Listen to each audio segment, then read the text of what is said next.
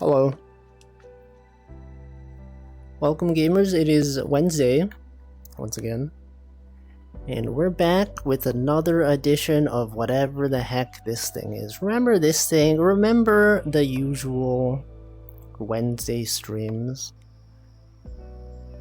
Okay, we got this thing, we got the chat right here. Gotta resize the chat every single time. Okay, that's there. And then what? And then you gotta make this window larger, right? And then obviously, you gotta go, this thing. Okay, it's good now. Welcome, Stream Elements. Welcome, Crespi and C. Welcome, Duck, Nutritious, Kooky and Cream, Michael, Potato, Chocojacks, Chicken Coop Enjoyer, Slime Molder. That's right, everyone is here. Everyone knows. This is where you gotta be. Okay, if you know it's Wednesday, you're like, oh, can't wait to check out that Wolfie stream. Can't wait to see what he's up to on that lake. Welcome, Zully, as well. What is that emote? I don't know what that is. Is that Bunny Girls? I don't know. Anyway. It's Wednesday once again. We got, I don't even know. We don't even know what's happening out there. Dance is what I wanted to type. That's so different though. That's a totally different emote. How could you possibly mistake the two? Anyway, today was pretty good. I was supposed to have a meeting, like every 2 weeks. On Wednesday, I'm supposed to have this meeting that occurs from 4:30 to 5, but then today they canceled it. They're like, yeah, we don't got that much to talk about. Let's just cancel it because, a bunch of people are doing something else. And I'm like, let's go. I don't have to have a meeting from 4:30 to 5. That's great. And so instead of doing that meeting, I watched Northern Lion. And he was playing Nintendo Switch. He was playing that Nintendo NES Championships or whatever game. He was getting really into it. Welcome, Delicious Smile. Yeah, canceled meetings. Everyone loves canceled meetings. You get some free time to do whatever you want. Literally anything. You're tired. I think that's too bad. It's too unfortunate. However, there's nothing that I can do about it. Unless there is. What can I, as the streamer, do in this situation? Nothing. That's right, I'm powerless. There's literally nothing. I could tell you to sleep. Welcome, Tag Barrel. I could tell you to go lie down, to rest. Who even knows? Anyway, after I played Tunic on Monday, I did a lot of investigation. I've been thinking about Tunic a lot. There's like a lot of... I stare at the instruction manual for like an hour and a half. Yesterday I went through my old Tunic VODs and just like, skipped through different parts of them, and I was like, wait a second. This part of the game, I could have done this. Oh, this is what this thing is. And then, I've been... Open up MS Paint, copy, paste some screenshots in there, draw some diagrams. It's crazy. That game is good. That's a good game. I haven't even finished it yet. But I'm getting pretty close. Anyway. It's too bad I can only play it. The issue with scheduling things is that you can, once the schedule is set, then you're like, oh, I would like to play this game more than just once this week. However, I've already scheduled stuff. Now I could cancel the stuff I've scheduled and switch that to Tunic instead. However, I don't know. I don't really want to. Yeah, it's a good game. Would recommend. And then that makes me think like, okay, if I'm enjoying Tunic, which has like this kind of game, I'm like, I feel like I would enjoy Outer Wilds as well. They've got similar concepts. Games about knowledge. anyone out there enjoy games about knowledge, where the things that are preventing you from progressing is just your own knowledge of things. Welcome Yuko, welcome Stanley. Outer Wilds, it's nice. It sure is nice. It's got a similar kind of thing as Tunic, you know? If you know where to go, you can just go there. And I also got a recommended video that had like, it was like the perfect video for me. The title of the video, I didn't watch it because I think it would have been spoilers, but it was like games where there are no like, I don't know what's the word for it, games that are gated based on knowledge. And then they had like an image of the Rain World slug or whatever that guy's name is. I was like, yo, this seems like a good video for me. But then I feel like if I were to watch that video, they probably would have spoiled some things. They would have been like, oh, actually, in this game, you know, little did you know that this thing, blah, blah, blah. I'm like, I don't want to watch that, but maybe soon. Enjoy them, then feel like a fool when I can't progress. Yeah, that's when you look up stuff online. Metroid Brainy. For more cryptic puzzles like that, there's also La Mulana, Environmental Station Alpha post-game. Myst games are also knowledge-based. I have heard of La Mulana. I didn't actually know it was like a knowledge-based game. I guess, okay, maybe it's like a cryptic puzzle kind of game, which is similar, but also in some ways different. I'm not thinking of playing Rain World, but maybe. I didn't know it was that kind of game. I've seen people play it, and I'm like, I don't know what is happening. I don't know what they're doing. They're just platforming. There's like a slug. There's rain. It takes place in a world. Zoe hates puzzles. Can't believe this. Can't believe that you would tune into this stream and say you hate puzzles. La Mulana is the games with fictional languages you're supposed to learn. Oh, I see.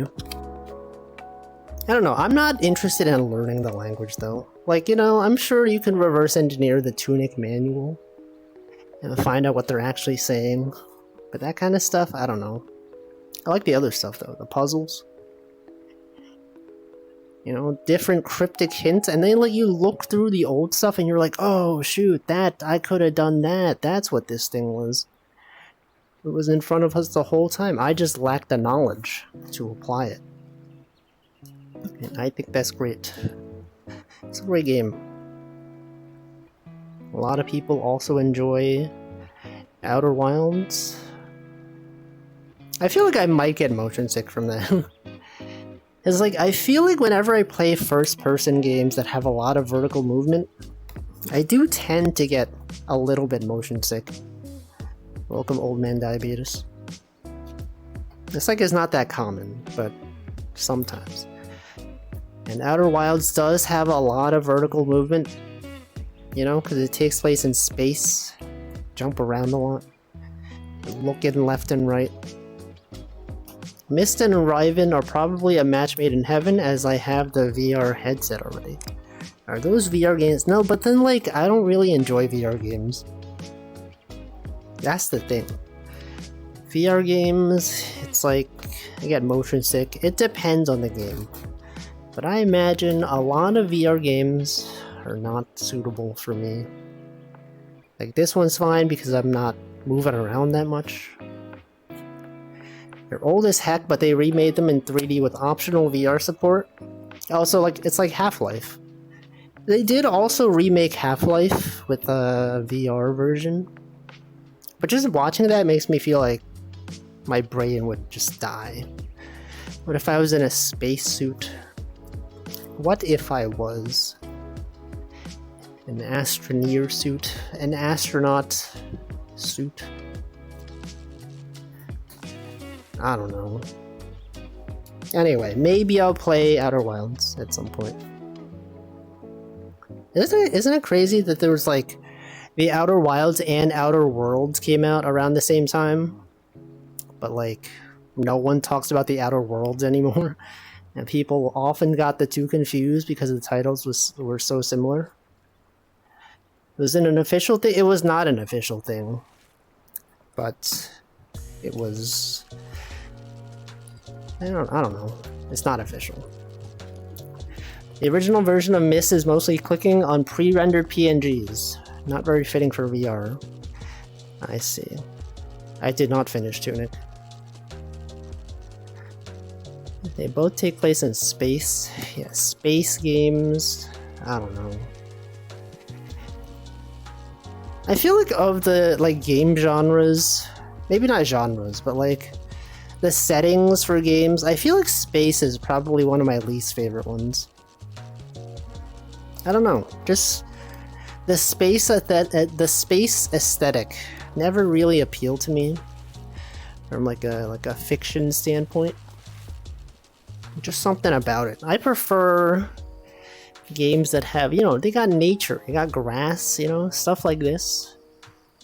This stuff is cool. Or puzzles. Space is it's too empty. Yeah, right, it's super empty and lonely. Yeah, there's nothing there. That's the problem. So there's too much and there's too little. There's too much and too little. Just like how I would not go to space. We've talked about this. If you could become an astronaut and go to space. And I was like, I wouldn't do it. I don't think it's worth the effort. Even in video games. You give me the choice. What is everyone's favorite setting for a game? You like nature, like Breath of the Wild style setting? It's you got a vast landscape with a bunch of grass. Sometimes you go to snow areas. Maybe a medieval sort of game. Maybe a space themed thing. Maybe cyberpunk kind of game. I prefer grasslands kind of games. And often attempts at alien worlds end up feeling too similar to Earth. Earth but pink.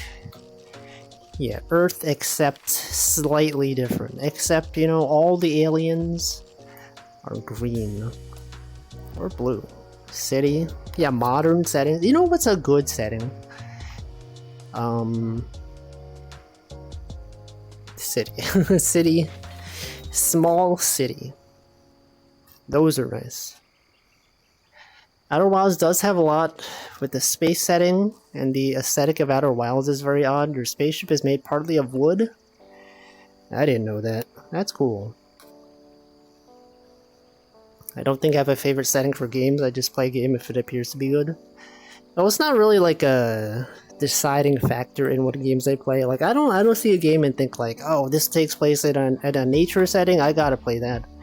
It's more after you've already decided to play a game. There are some that I enjoy more than others. Environmental-wise. Although I enjoyed Cocoon, remember when I played that game 2 weeks ago? Although I thought the puzzles in that game were really good, I didn't really like the setting. You start off in this barren wasteland in space. It's a Mars kind of planet. I'm not a huge fan of it. It just feels so barren and empty. But I mean, that was a good game. The puzzles were fun.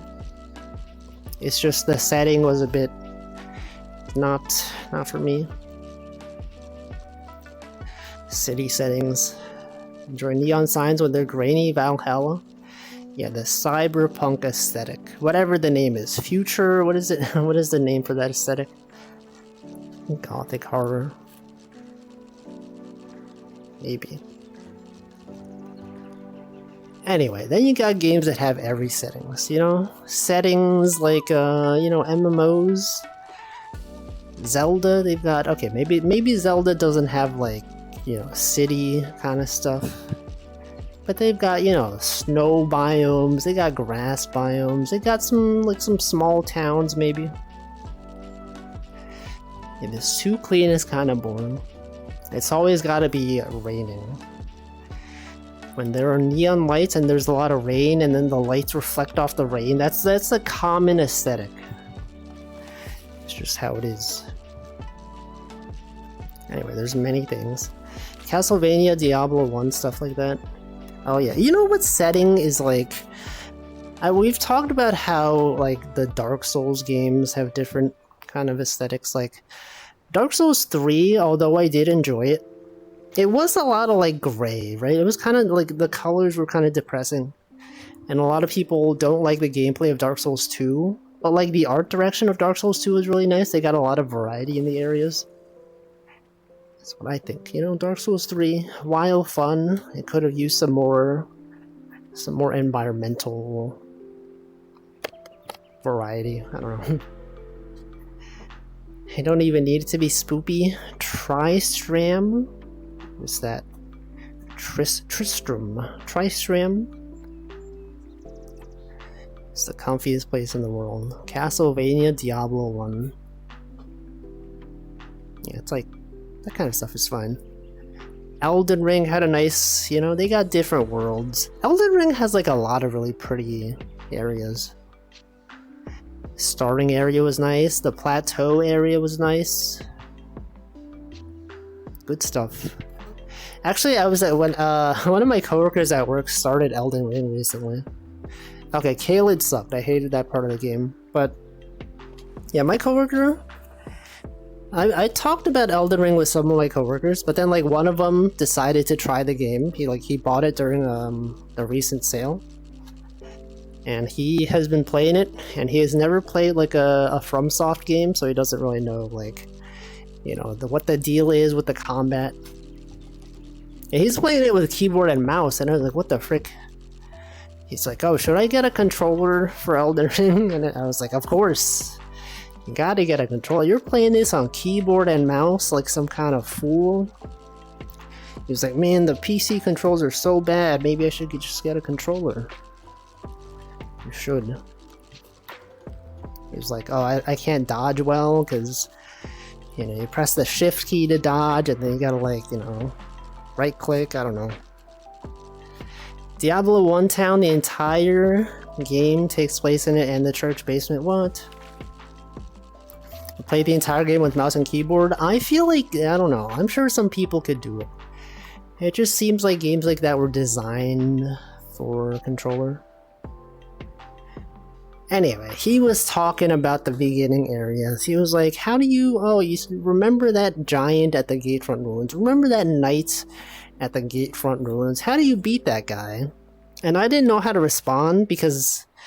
Like, you know, the typical Souls kind of answer is just like, just get good. But like, that's actually the answer. I'm like... Yeah, I don't know. I don't know what to tell you. Just like, dodge. Just learn how to dodge. And then he was like, oh, maybe I should just do that. I'm like, how would you answer that? If someone was having trouble with like, you know, the very beginner area, there was like a knight there that's kind of strong. He's like, how do I beat that guy? I don't know. You just fight him until you win. Or you just run past him. I like when games take place in a building or a small area. It feels more intimate than a massive world. That is true. There's some games like that. You're not supposed to beat him. Yeah, I also told him you could just run. He was like, oh, there's like this giant that falls down, and it's like, I don't know how to fight that guy. And I was like, I don't know. No, he's not talking about the tree sentinel. It's just like a regular large enemy. But yeah, he did run past the tree sentinel. Just a regular... You know that area where you get the whetstone blade or whatever? That area. The Gatefront Ruins. There's like some, you know, some regular enemies. There's like one that has like a... It's like a bit stronger than the others, but it's not that much stronger. Anyway, he was also talking about the giant, and I was like, yo, you can just run past that guy. No, you're not even really supposed to fight him. Anyway. It's cool though.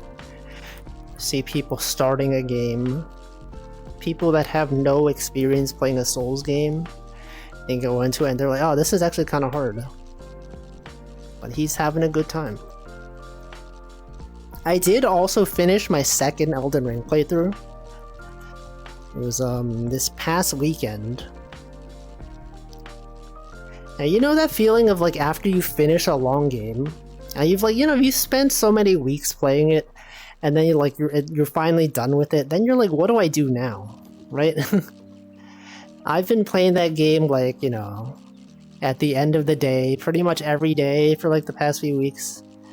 It's like, oh, that's fun. Maybe I'll play it again. And then I played it again, and then I beat it a second time, and I'm like, now what do I do?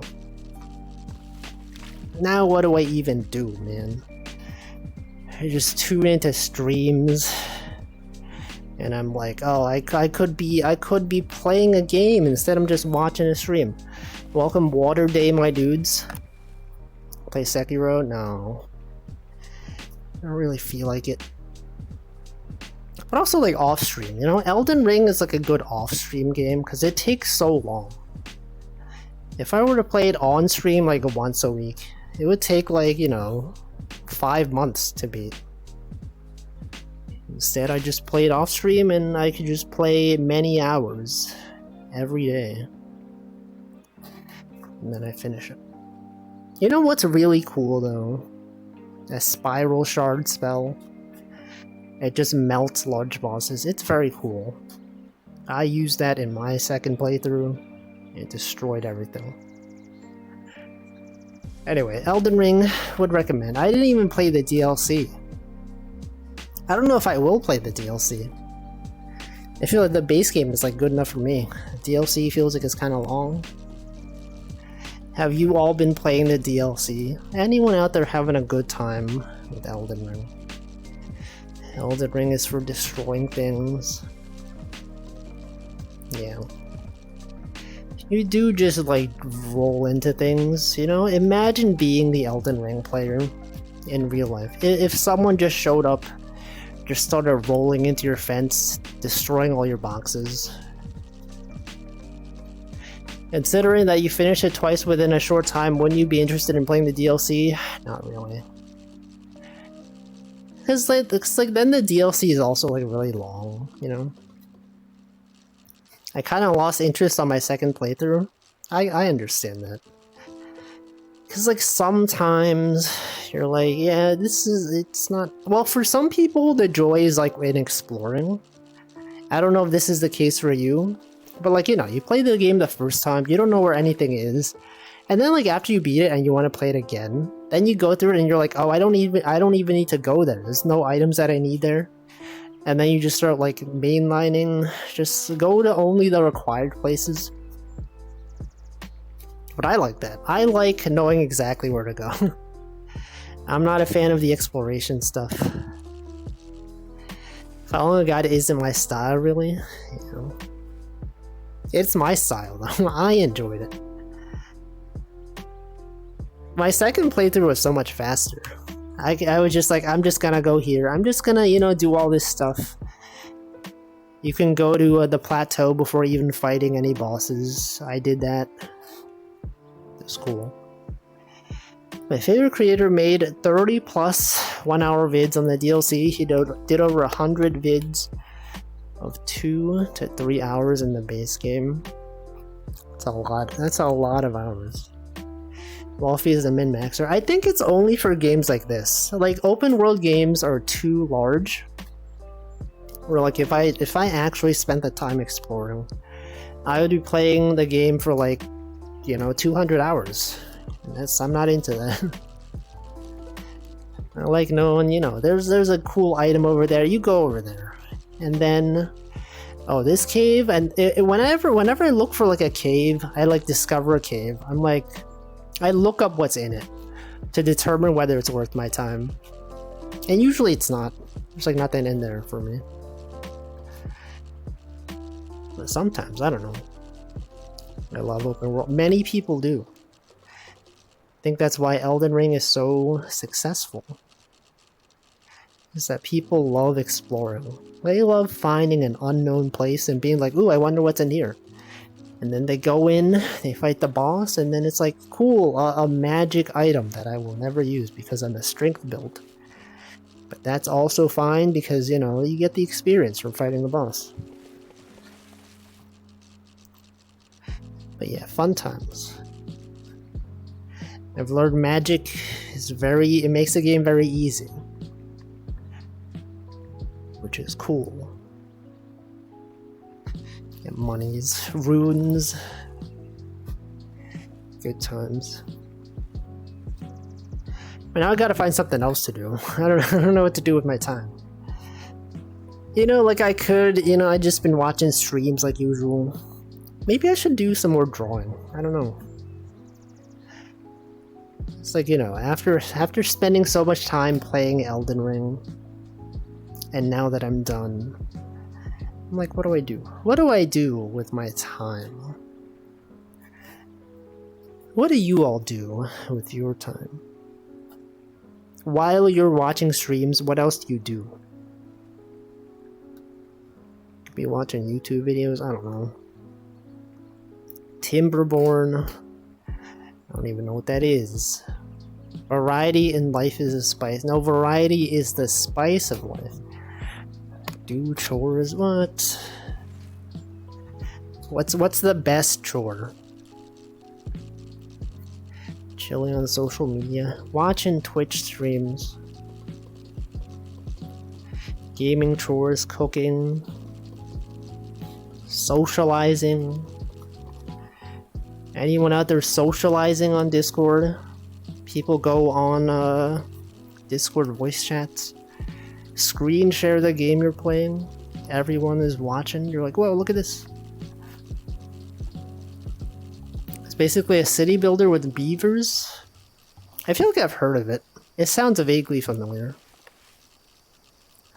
Game, sometimes rarely experiencing how bad I am at writing code. Good times. Love to write code. You know, if I had a programming project in mind, maybe I could do that. However, I don't have one. Ow. I watch streams and then it becomes hard to multitask, but currently 35k feet in the air. On my flight home from Evo, I got my phone for entertainment. Is the in-flight Wi-Fi good? I feel like every time I use in-flight Wi-Fi, it's like barely usable. Especially for like watching a stream. I'm surprised that holds up. Need to get back into personal projects. Yeah, I think it's cool. It's cool to have something to work on. It's always exciting. But I have no such ideas. Maybe one day. It's okay enough to stream at 160p. Dang. In-flight Wi-Fi better than Belgian Wi-Fi? Is it though? I think it depends, right? Doesn't it depend on your ISP? 160p. I guess like the appeal of these streams is not really the game, right? No one's really watching this for the game. It's pretty much like a podcast. Actually, that happens to me sometimes. Like when I'm watching like streams that I'm not really paying that much attention to, I will sometimes turn the quality down to 160p. Like sometimes when I'm tuned into like a ChocoJack stream and she's doing art, like although the art does matter, it's pretty much just like a chatting stream. And I notice sometimes if I'm playing like a game at the same time, like when I was playing Elden Ring, right? Sometimes my CPU would heat up if I had too much stuff running. Because like I do record those even though I'm playing them off stream. So like OBS is using like 200% CPU. And I'm like, okay, well I gotta like close some things. But I don't want to close the Twitch tabs because it's like, you know, I'm listening to them in the background.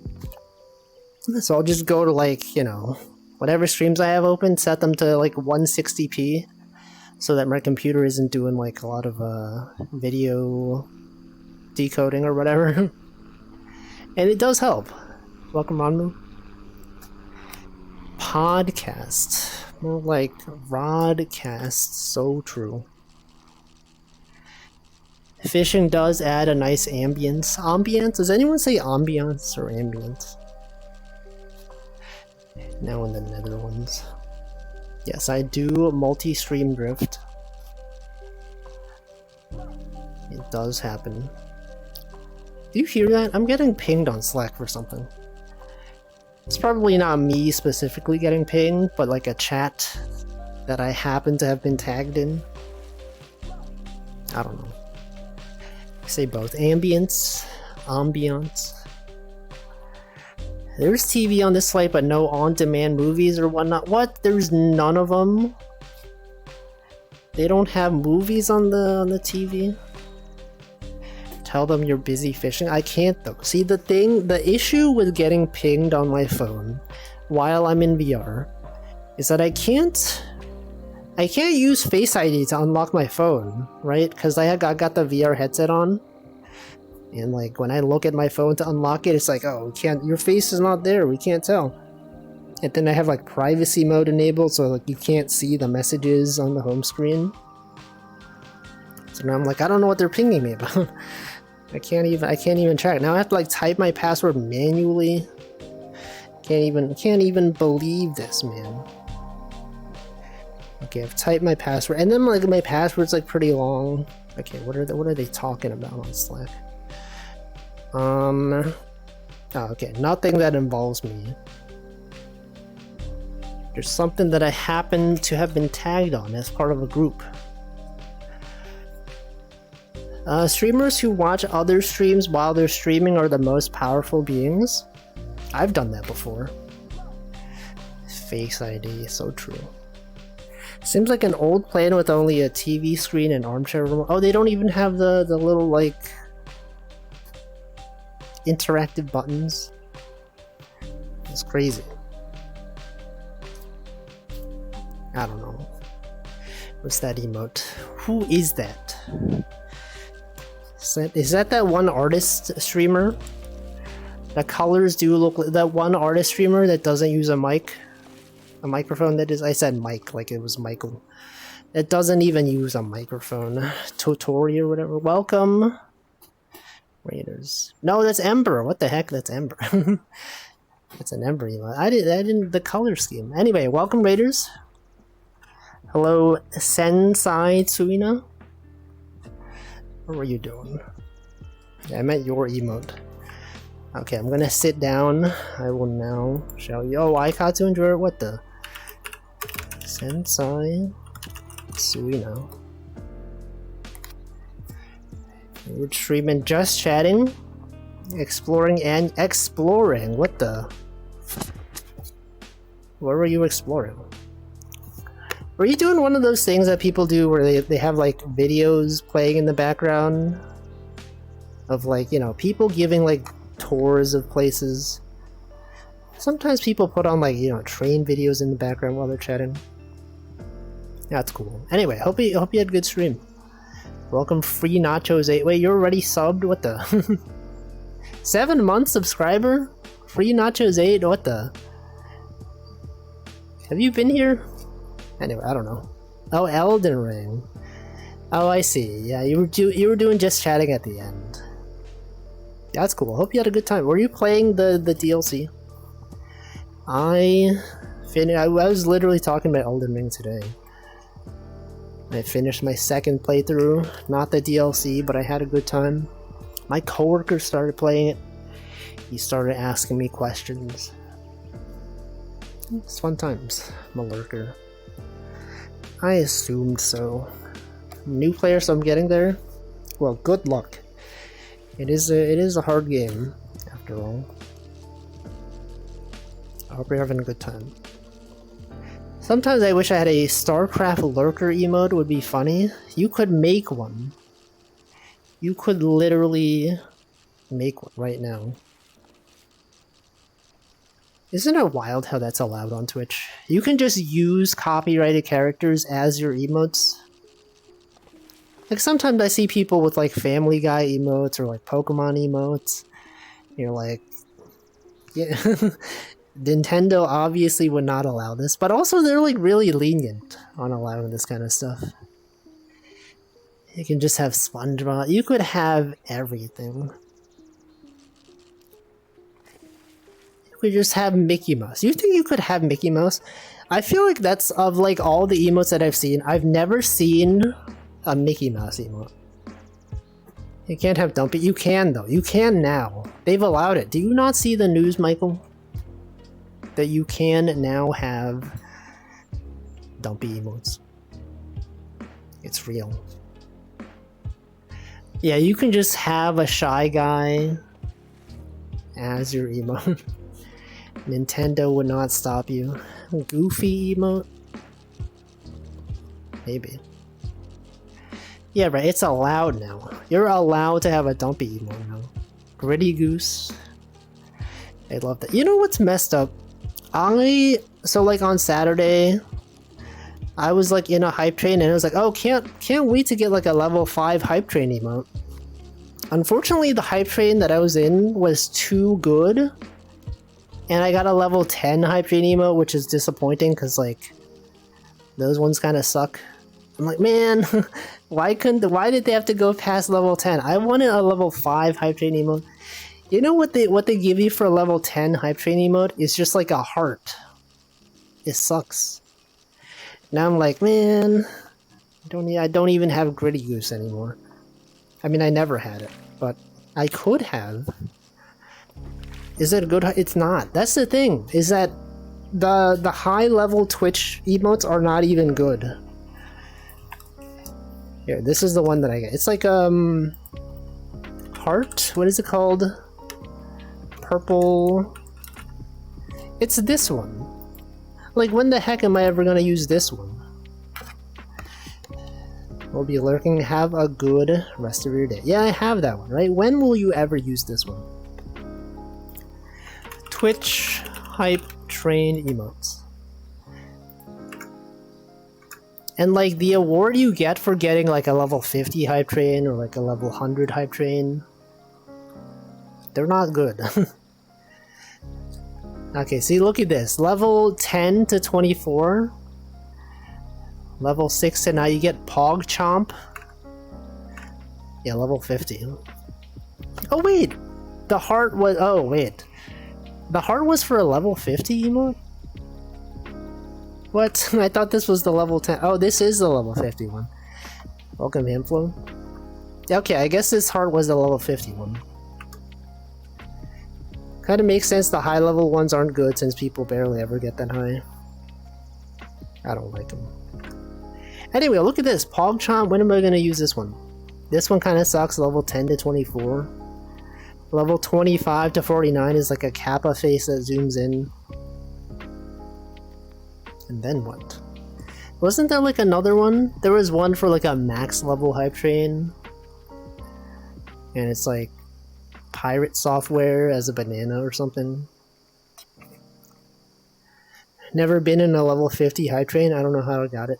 Maybe they changed it. I feel like when I check this page, I thought the heart was level 10. Did they change this? No, level 5 hype trains and below. Chance to earn 1 of 6 available emotes per level. Okay.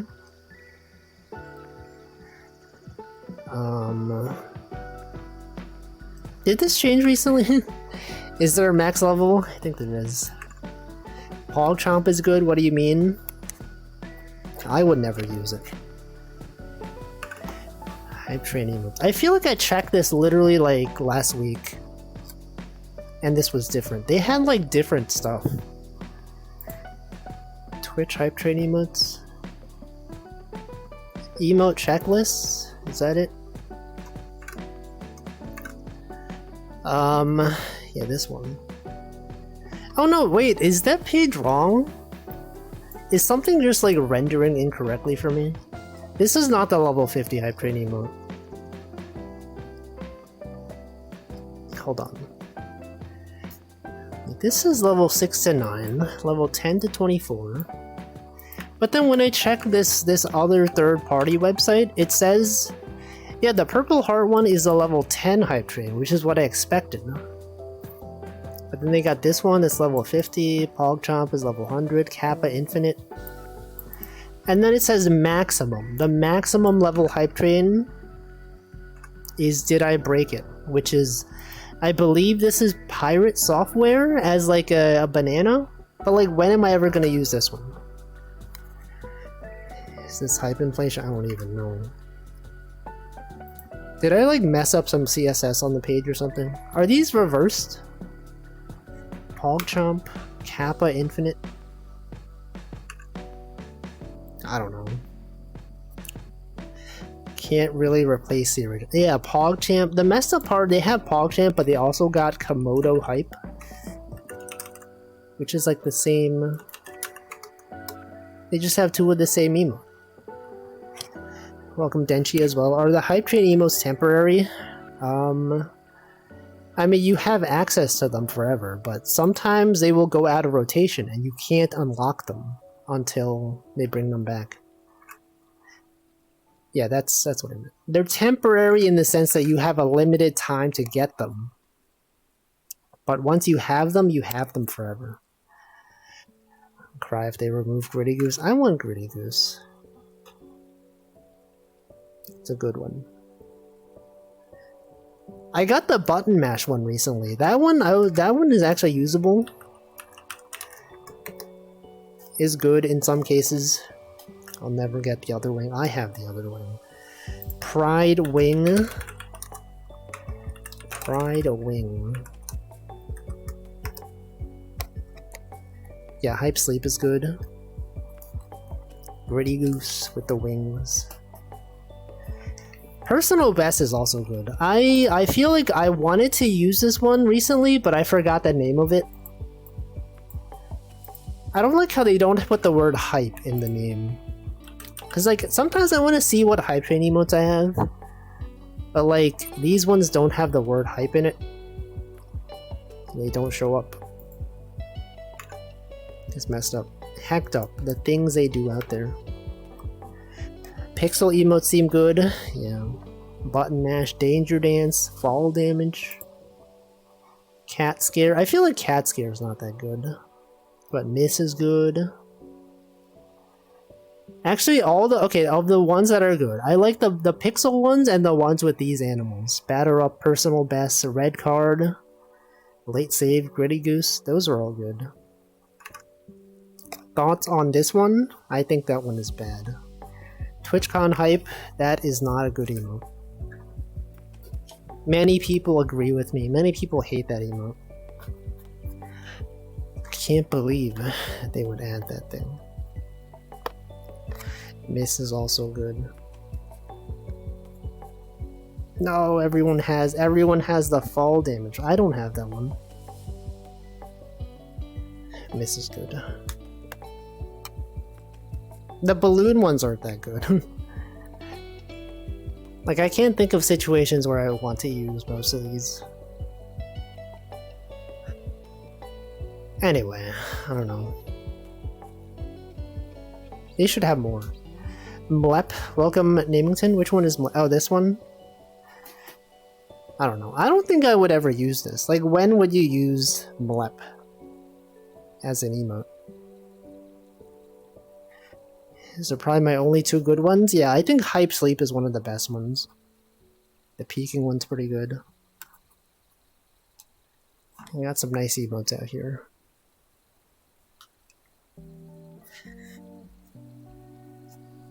Anyway. When are they gonna add more? I know they just added these a few months ago. But when is the next set? They should just keep adding them. Constantly. Okay, hold on. Gotta focus on the window. Sometimes I forget if I'm not focused on the window, it doesn't work. If you want to get Gritty Goose, remember this exists. Twitch.tv directory collection hype train. Oh yeah. You can look for streams with level 6 hype trains to stop on this level. Throw in 100. No. I guess I could. I've never given money specifically for a hype train. I just, you know, if there happens to be a hype train for a channel I'm already subscribed to, that's when I post my sub renewal. I've never even considered giving bits just to get the emotes. Hamflo is realizing the peak is supposed to be paired. No. He will never even see both of them. They need to set up in different categories. The hype category is getting pretty big. They should. They should optimize their emotes in a better way. They should prioritize searchability. You know, I even wanted to use an emote the other day, and I couldn't find it. The one where they put the medal on the cat. That was a good one. And I couldn't even remember the name of it. I couldn't even find it in the category. See, Choco has both of them. Do I have both of them? Hold on. Do I have these emotes? Love Peak L, Love Peak R? What category are those even in? Love Peak L. There's a K-pop category. There is a holidays. It's in the RPG one. Unlocked. It's just in the unlocked category. Wait, do I even have those? Hold on. Let me go to my computer. Love. Oh, I have both of them. I got them. Do you get hype train emotes for an anonymous gift sub? I don't think so. No. They would never. Anyway, a lot of good emotes out there. Good times. So many emotes. Wolfie phasing through the boat. I mean, this happens all the time. This is just how the world works. Sometimes you gotta accept that things are not even real. Yeah, this world is virtual. This lake doesn't even exist in real life. Oh, there's a fish. He's walking outside the boat. Look, I could even walk like over here. Look at this. I'm right here. I'm literally outside my room right now. I could even walk on the other side. However, I don't want to because I haven't set up my room boundary. If I walk too far, it'll disconnect me. So I will not do that. Literally like Ember during the Desert Bus stream. So true. Rem to Ember was in fact floating outside of the bus even. That's crazy. How did she do that? Don't even know. She was floating. Everyone was floating. When is the next Desert Bus stream? When is the next 8-hour drive from whatever location to the other location? Don't even know. From Las Vegas to the other place. To the other place. Whenever I stream it, I will never stream it. Imagine streaming for 8 hours. Could not be me. Level Wolfie Desert Bus? No, I can't stream for 8 hours. That's too long. It's too much time to stream. Wonder if anyone decided to do Desert Bus in real life. I mean, people do it daily, right? Truck drivers are just driving for like 8 hours a day. It probably happens like, you know, multiple times every single day. Even between those exact locations. Wanted to do Desert Bus in real life, but was scared of people doxing you? What? You mean like one of those IRL, you like bring a camera with you in real life? Those always scare me. Whenever people do like IRL streams, I'm always afraid that like something will happen, you know? Like, I remember one time when, like, Becco Genning was doing, like, a IRL stream. She was at, like, Oktoberfest or something. And when she was paying for her beer, you know, you give them the credit card, and then they ask you for your name, you know? Like, you know how at Starbucks, when you put an order in, they're like, okay, what name should I put on the cup? And they're like, can I get a name to put on this thing? And she's like, oh, frick. And then she has to, like, mute herself, and then, like, I don't know. And then, like, someone stepped in and was like, oh, actually, yeah, you don't need to give me your name. It's fine. Scary. Rainbolt, yeah, someone will be like, oh, actually that shadow, this street sign tells me you're in this place. I remember a girl was walking around the country streaming and a stalker followed her. Yeah, like that kind of stuff is scary. Do you hear about the guy who was live streaming and some kid came up to talk to him? Turns out the kid was missing for months and pronounced dead. What the frick? I did not hear about that. Life is easier when you have your real name public. Less privacy you allow yourself, the easier it is to be in public. Yeah, but then there's like, you know, obviously there's trade-offs. I don't know. I did not hear about that one. That sounds messed up. What happened then? What's the deal with that kid? Some kid came up to talk to him. What? Oh yeah, what was that about? I saw the tweet. Callie Calico, like someone was like murdered, like in the room next to her or something. That's scary. I don't know what happened, but I saw the tweet and I was like, holy frick. Now I don't have information to talk about this because, like, you know, I don't know what happened, so isn't that scary? Someone could just be streaming and then like some really awful thing could just happen. I don't know. It's frightening. I don't know. Things do happen on stream though. One time your wall neighbor died and wasn't discovered. What? What the frick? Like, what? How does that happen? Your wall neighbor? Is that just your regular neighbor? He just died? Dang. At least you would have it on camera. What, someone being murdered? No.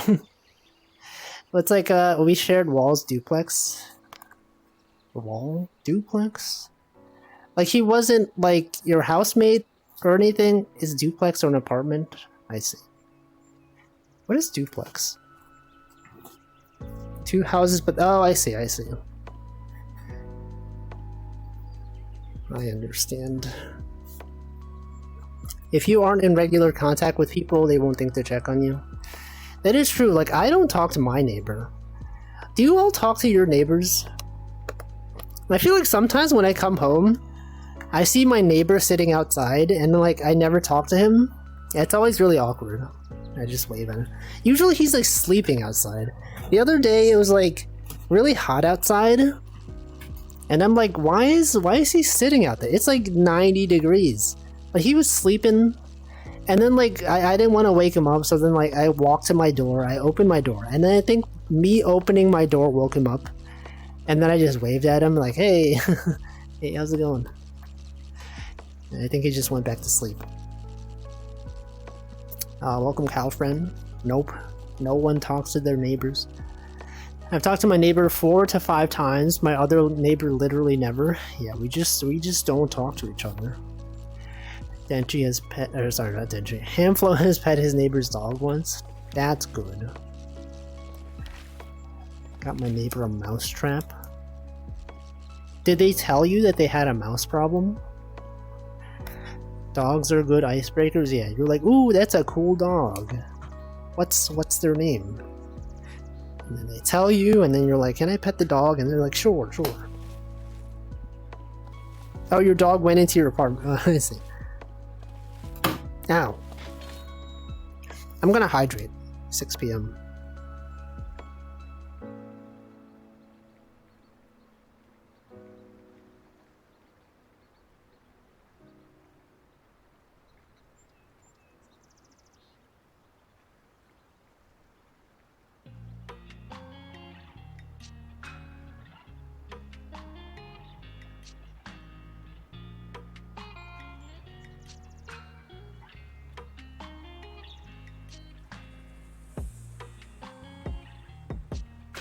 Alright, I've hydrated. Welcome, Liquid Cake. I asked as a thought experiment at work how long it would be before someone noticed you died. They reckon they would know about it the same day, but I'm not so sure. I reckon they would just assume I was busy. Yeah, I've thought about this before. Like, you know how like we have friends online and like, you know, you don't check on them in real life because you don't know them in real life. And then like, you know, one day they like stop tweeting or like they're not on Discord or whatever. You're like, oh, maybe they're just out for the day. But like, what if they died, right? You wouldn't know. And you would have no way to reach them. You'd just be like, oh, they haven't logged in for like a month. What's going on? They could, you know, they could just be busy, or they could literally have just, you know, just passed away. And that's scary. Zully says, we were talking about how the other neighbor so mice outside. How the other neighbor so mice outside. A couple hours later, she calls me and tells me there's a mouse in her apartment. Oh, I see. So she saw mice outside. Michael has a machine that beeps when it's 6 p.m. Why do you have that? For me, it's probably 2 days because my mom usually talks to me every day. Yeah, that's how like a lot of old people, like when they live on their own and they just die, and then people find them like months later because no one checks in on them. It's kind of sad.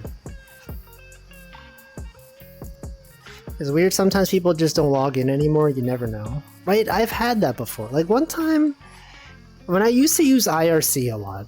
There was like this one guy who used to be on like every day, and then like one day he stopped showing up, and I'm like, what's going on? And it's been like several months. I literally thought he died, and then he came back like a few months later, and he's like, I'm back. Like, what the frick? Where were you? I thought you died. It's like, no, it's just like, I don't know. I forgot what happened to him, but he just like, I think he moved to a different country or something, and I don't know. He didn't tell us. Scary. Yuko said, my plain internet died for half an hour. Tried watching TV. It was bad. Yeah, TV. Who's out there watching TV? So you know it's 6 p.m. Do you have to do something at 6 p.m.? 6 p.m. my time or 6 p.m. your time? I think my parents would notice pretty quick. So true. People do just disappear. 12 p.m. Oh, midnight for you. So that you know it's the next day. I contact my parents more than they contact me, about once a month. So they're not good dead detectors for me. Well, but then wouldn't they be like, oh, Liquid Cake hasn't contacted us in a while. I wonder what's up with that. I feel like if I just died one day, people would know. My family is usually pretty close. Like at least like once a month we have dinner or something. Once every few months, I don't know. If I don't call in 3 months, they maybe still call me. You know. It's just how it is. And also I feel like working, right? If you're in a workplace, people would be like, you know, hey, this guy hasn't shown up to work in like a few days, and they also haven't said anything on Slack. I don't know, we have his phone number, let's call him. I think we would know since I stream so consistently and announce when something's wrong. It's also true. If I go like a week, if I go even a day without tweeting, or not tweeting, but like, you know, on a day that I'm supposed to stream, and I don't stream and there's no announcement, then something's wrong. You'd be like, holy frick. Maybe he just has no internet access, I don't know. But even if I didn't, I would have had mobile data, probably. Michael said, I don't think people would really know for me except maybe at my job, unless someone like Ember or Choco was like, where TF are you? Would they do that though? Would we tune into a Choco stream and then they're like, oh, we haven't seen that Michael guy in a while? There's like a Ember Choco collab, and they're like, what the frick is that Michael guy? He's not even here. And then later it was revealed that he's dead. The IRS will find you. Oh yeah, if you haven't paid your taxes, they'll be like, hey, wait a second. I thought you died. No. How many days do you think you could no-show at work before getting fired? I don't know. A while, maybe. Maybe at least like a week. 2 weeks. Work would definitely notice in a few working days. I don't think they would know same day. I guess it depends, right? If you have like a daily stand-up or whatever, and they see that you haven't left your update, they'll be like, what's going on? No, maybe they're just not around. And then the next day comes around and there's still no update, you know? Would you ever want to be that guy who got forgotten about at work but still earn a salary? I think that'd be cool. Some people, I feel like there's like, it's probably made up, but I remember when Twitter was first acquired by Elon Musk and then he like fired a bunch of people.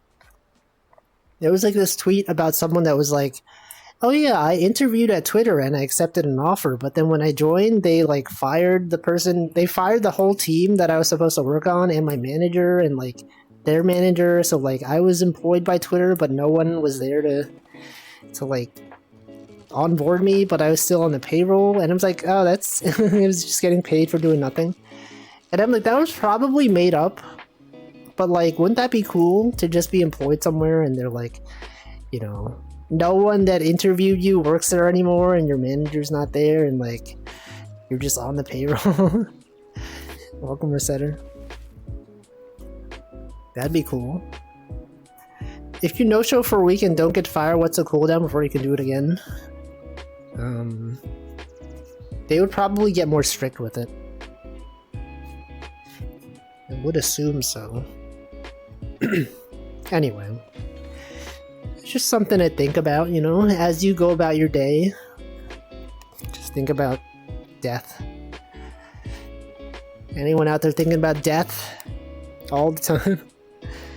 Just out there being like, what if I just literally just died right now? What would happen? Me, so true. I got recommended this one video that was like, you have to watch this video, it'll change your thoughts on life. And then it was like some like early 20s guy who was like, I woke up one day and I realized one day I'm gonna die, so I spent all of my days as if I was gonna die the next day, have no regrets. And I'm like, that's okay, that certainly is something. That certainly is a thought that you can have. And then some people were like, this also changed my life. When I realized I was going to die, I suddenly started doing things better. This could be the last time I could do this. I think that's valid though.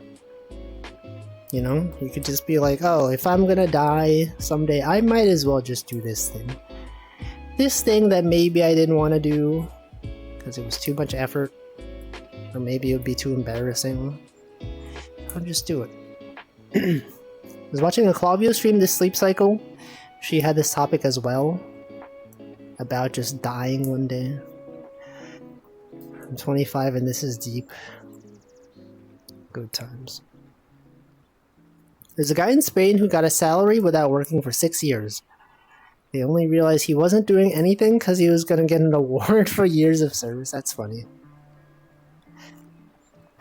They're just like, this guy's been working here for 6 years. Wow, that's a long time. What does he do? And no one knows. This is a very Clavio topic. Dying. You know, I can't watch Clavio streams because she streams so late. I feel like sometimes I see them when I wake up, but then like I don't feel like watching streams after I wake up. So I never get to actually catch her streams. Kind of messed up. Definitely a lot of streamers that stream late at night that I can't watch. But you know, they're cool streamers. What times? Can't imagine what time zone she's in. Isn't she American? She doesn't even have a regular schedule. What? Streamers not having regular schedules? What the? Can't believe this. All the streamers I watch regularly have regular schedules. Somewhat regular schedule. You know, like regular enough that you can sort of predict when they'll be alive. Why did I say alive? When they'll be streaming? When they'll be live, that's what I meant. My mind was still on the death thing. Yeah, you'll know when they'll be alive. Classic. There was that old tale of the guy who acted as a zoo's car park attendant, where he would collect a fee to park from every car that entered. One day he didn't show up, turns out he didn't work for anyone, not the zoo or the city. Yeah, things like that do happen. I saw a video about a guy who got really annoyed at the road signs in like California or something. So like he took it upon himself to fix the road sign. Like one of those big interstate highway things that are like, oh, in like, you know, in 1 mile, turn left to go on this highway or whatever. Do you see that one? I saw that one. It's like apparently many people were annoyed that they didn't have signs that tell you that in 1 mile turn left to make this highway, and a lot of people missed that turn, and the city wasn't doing anything about it. So he, who was a professional sign designer, he did a lot of extensive research. He like, you know, got the exact color, the exact type of paint, the exact stencils, the same font and everything. And then he just showed up on the highway in like a high visibility vest with a ladder.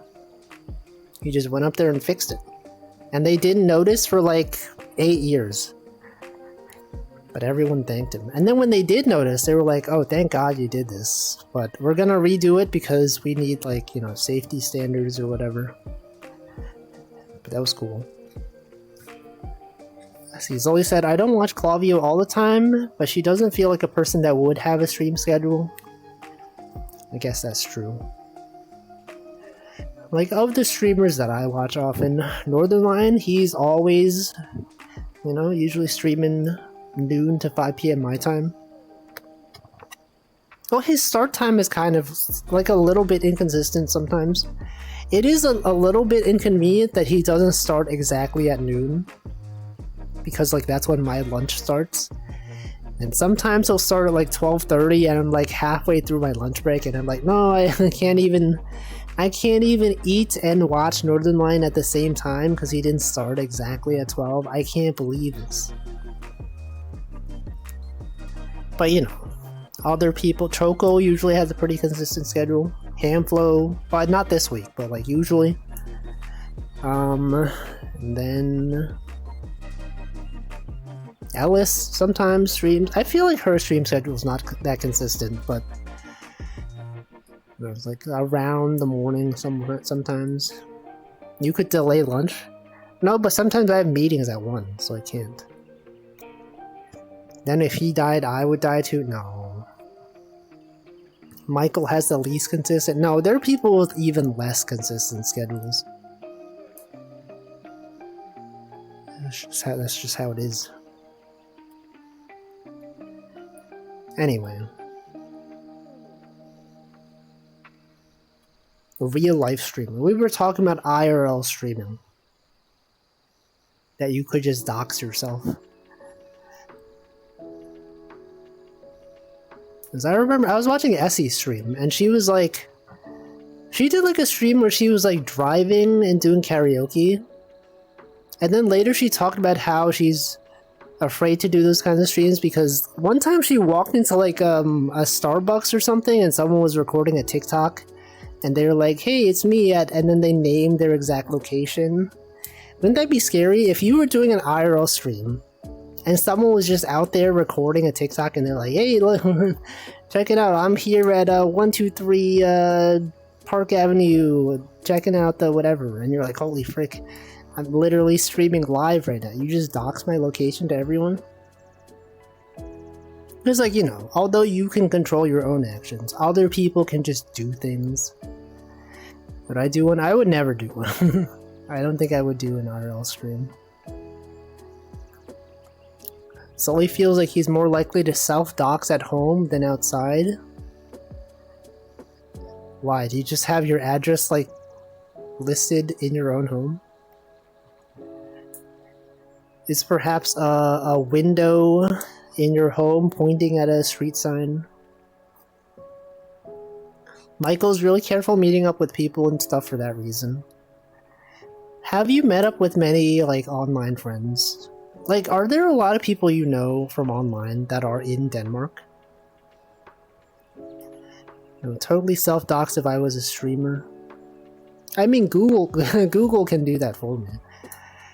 It just shows my approximate zip code.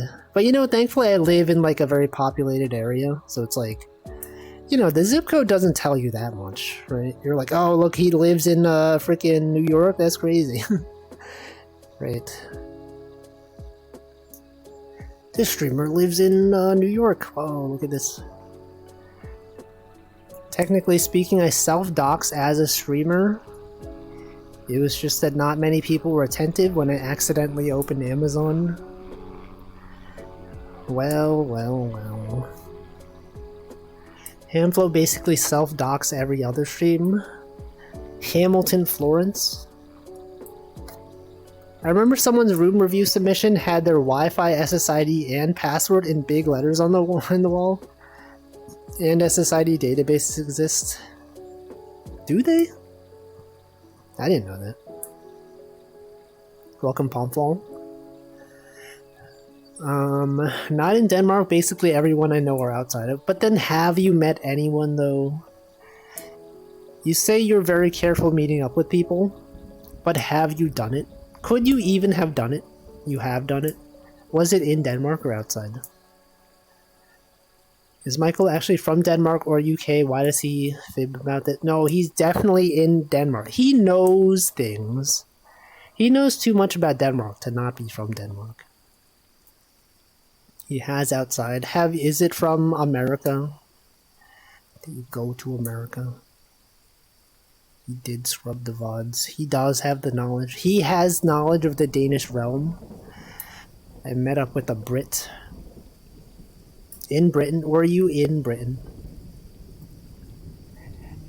You know, it was funny. I think 2 weeks ago, I was chatting with some coworkers at work, and one of them apparently is from Britain, but he was like, I would like to go on vacation once to like real Europe.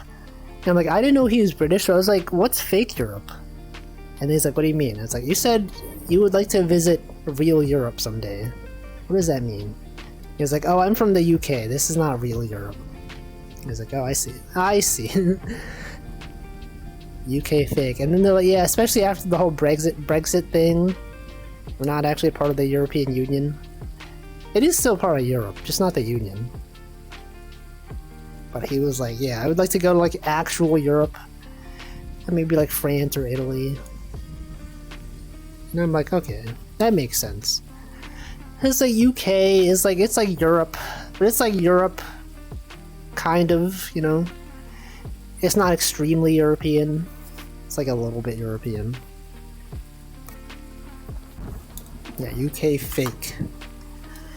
Why would they do this? Why would the UK leave the EU? We just don't know. It's like how Canada is fake America. No. It's real. I guess they are on an island, but it can't be that difficult to get to the continental landmass. Yeah, aren't they literally connected by a tunnel to France? The Channel? It's definitely a thing. They are. I know geography. I'm aware of the approximate locations of many countries. If UK isn't real Europe, is Japan fake Asia? What does this imply? No. That's a totally different thing. Because he is from the UK. Now, to be from outside of the country and claiming that they're fake part of the country... Sorry, not country. Continent. It's just a different thing. I don't know. Anyone ever been to fake Europe? Any fake Europeans out there right now? It could be you. You could dox yourself right now. Hawaii is fake North America. Pacific Island. Slimler has only been to real Europe. Sully has went once, and anything that wasn't London was decent. Was London bad? What's even the deal with London? Michael has been there quite a few times. To the UK? What's the best part of the UK? Of those of you that have been there, what is your favorite memory? Fish and chips. If you go to Canary Wharf, London is quite nice.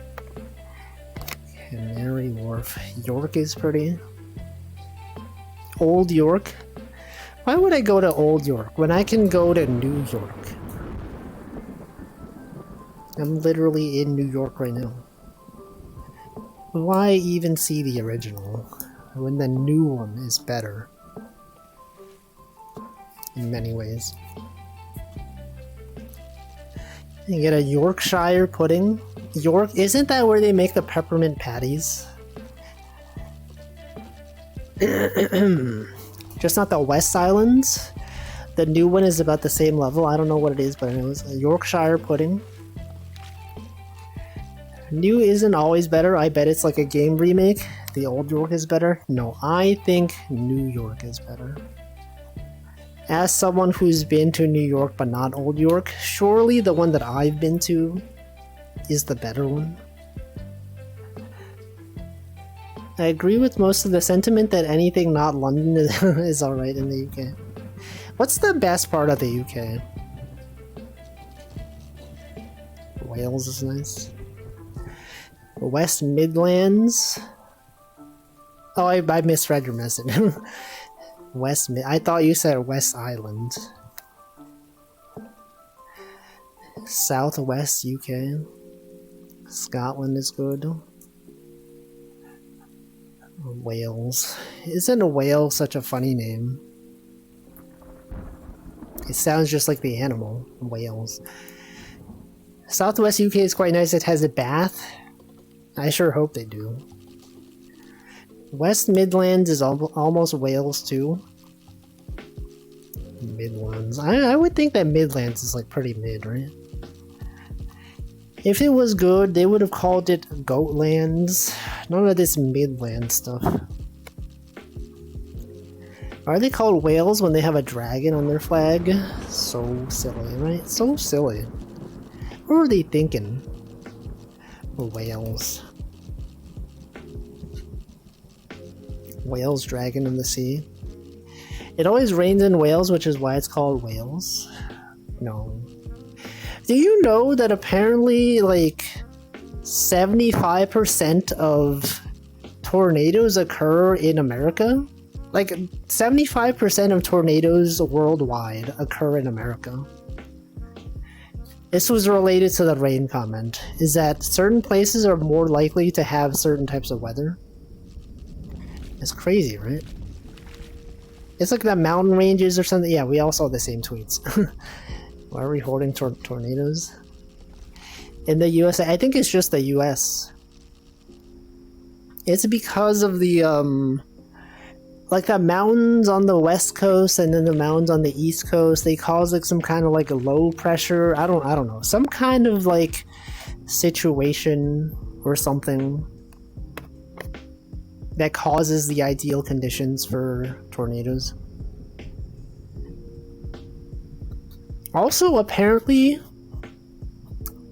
isn't it like thunderstorms are more likely to occur in places that have parking lots or something like that?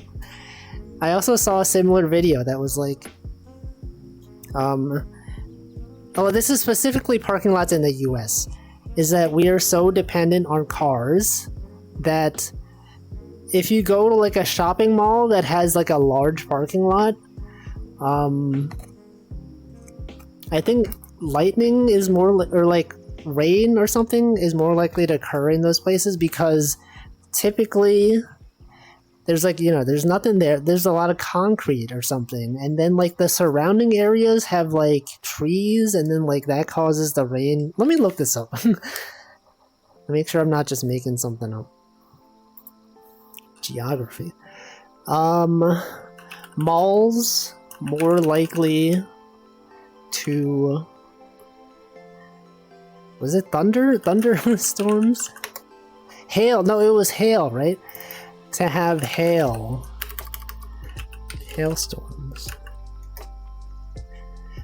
Hail, when hail damages a shopping center. Yeah, why there are more hailstorms at malls. This is what it was. Welcome Styler Gear. Yeah, nothing to take the moisture. Yeah, this was the video I got recommended. The weather is worse at the mall because there's a lot of parking lots. Parking lots have nothing to absorb with the moisture, and then, you know, the surrounding areas sometimes have trees, and then that causes like a low pressure column or something, and then all the weather, I don't know. Look at this one. Yeah, the trees, and then the clouds go up higher, and then the pressure difference between the clouds causes perfect conditions for hailstorms. It's crazy, right? Also, why cities end up hotter more so than carbon emissions. Yeah, they also talked about this. It was like, I don't know. Interesting. It was interesting though. There's things that you don't think about. We can blame malls for our hailstorms. Interestingly, this is like a US specific problem as well. Because like malls that are in Europe don't really have this issue because they don't have like huge parking lots. And like the US is like, you know, because we're so dependent on cars, our parking lots are so much bigger, and just a bigger area for this kind of stuff to happen. We have issues with carbon. Why don't we just turn it carb off? Because like it's not that simple. Okay, you can't just turn the carb off. They gotta go somewhere. It's just how it is. It's also how, like, you know, places where you plant more trees tend to be cooler, and then like less developed neighborhoods or something have fewer trees, so it's like hotter there. Low income neighborhoods don't have trees, something like that. Car be on, because we gotta drive. So true. Carbon, that car do be on though. Carbon. Curbs. Anyway, that was the cool fact of today. If you learn exactly one thing today, it's that thing that I just said. The two things, the tornado thing and the hailstorm thing. There's a hot fact, not a cool fact. I think hail is pretty cool. It's like condensed ice or whatever. Welcome Polyglitch. What cool fact? You'll have to check the VOD. I'm sorry. It's too complicated to explain. You need to get rid of all the trees so it's all equal. No, you gotta replace everything with trees. Literally every piece of land has to have trees everywhere. Wildfires are a big problem where I live. Do you live in California? Because California is just always on fire. It's true. So hot it's cold, yeah. Climate change. What do you think is cooler? Ice cold Coca-Cola during summer or that fact? I mean, they're cool in different ways. It's hard to measure the coolness of abstract concepts like this versus something physical. Pretty much the entire western US has wildfire issues. I live in Washington, north of Cal. Okay, so like, you know, the West Coast. It makes sense. Is it worse in California though? I feel like maybe it's just because California is bigger that it's more likely to see a fire there. Yeah, Canada as well. Canada did have the huge wildfires last year. California is drier. Yeah, and then that causes more likelihood of things burning. Did you know California being on fire all the time is partially Australia's fault? I did not know that. Why is that? Can you explain? California is drier than Oregon, and Washington, and also a bit longer than both. It's very long. Why is California so huge? Who decided this? Who allowed this to happen? It's nighttime though. It is now nighttime.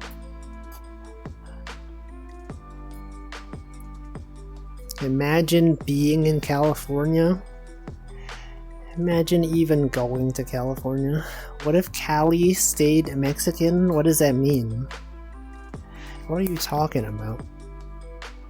South California got sold a lot of cheap eucalyptus trees by Australians a long time ago without being told about how they combust in Australia.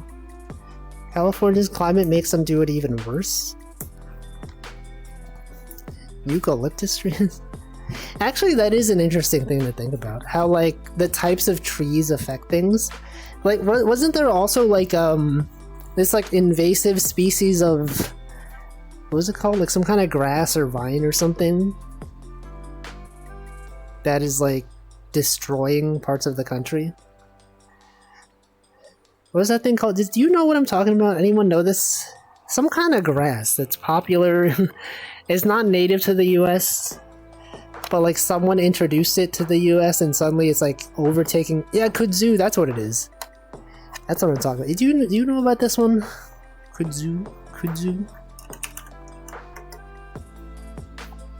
It's a large climbing perennial vine, also known as Japanese arrowroot or Chinese arrowroot. It's indigenous to Asia, but invasive in many parts of the world. It just takes over like the entire forest. Western states are all bigger because the US expanded there so rapidly. Oh, that's why. Oh, that explains a lot actually. That makes sense. That's why all the East Coast states are so much smaller. Didn't know it was flammable. Yeah. It's dangerous.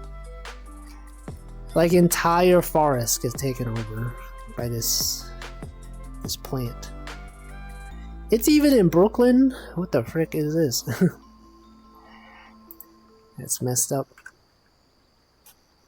A lot of plants are adapted to surviving forest fires and or combust on purpose. Are plants combusting on purpose? I didn't know this. Dairy cows grazing on kudzu.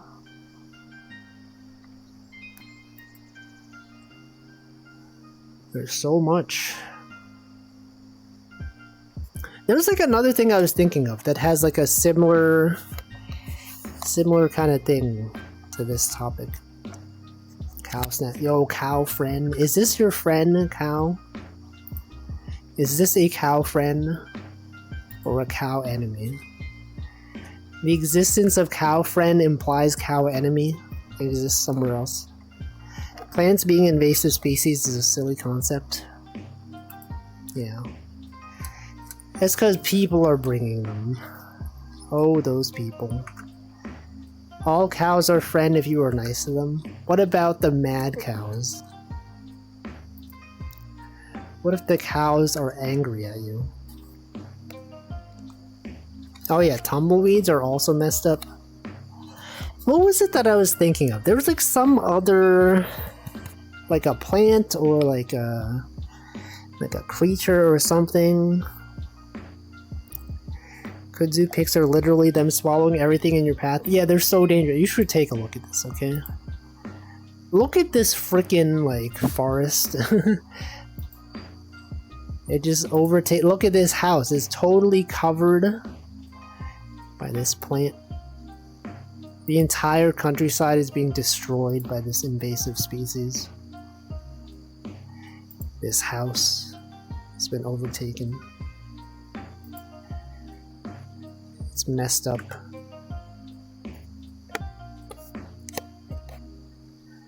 Intuition was right. California was Mexican. Hello? He knows the US history. Look at this tractor. What was I thinking of? I was thinking of, I'm trying to like remember. Invasive plants. What have I seen recently? Another fun fact. Did I write it down?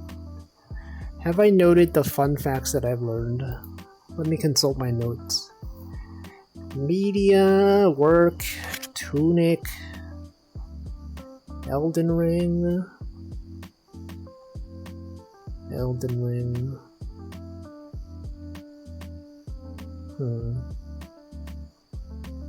Oh, did you all see that CrowdStrike offered $10 gift cards to affected partners, and then when people tried redeeming them, they were invalid? Isn't that funny? $10 gift cards to like DoorDash or something.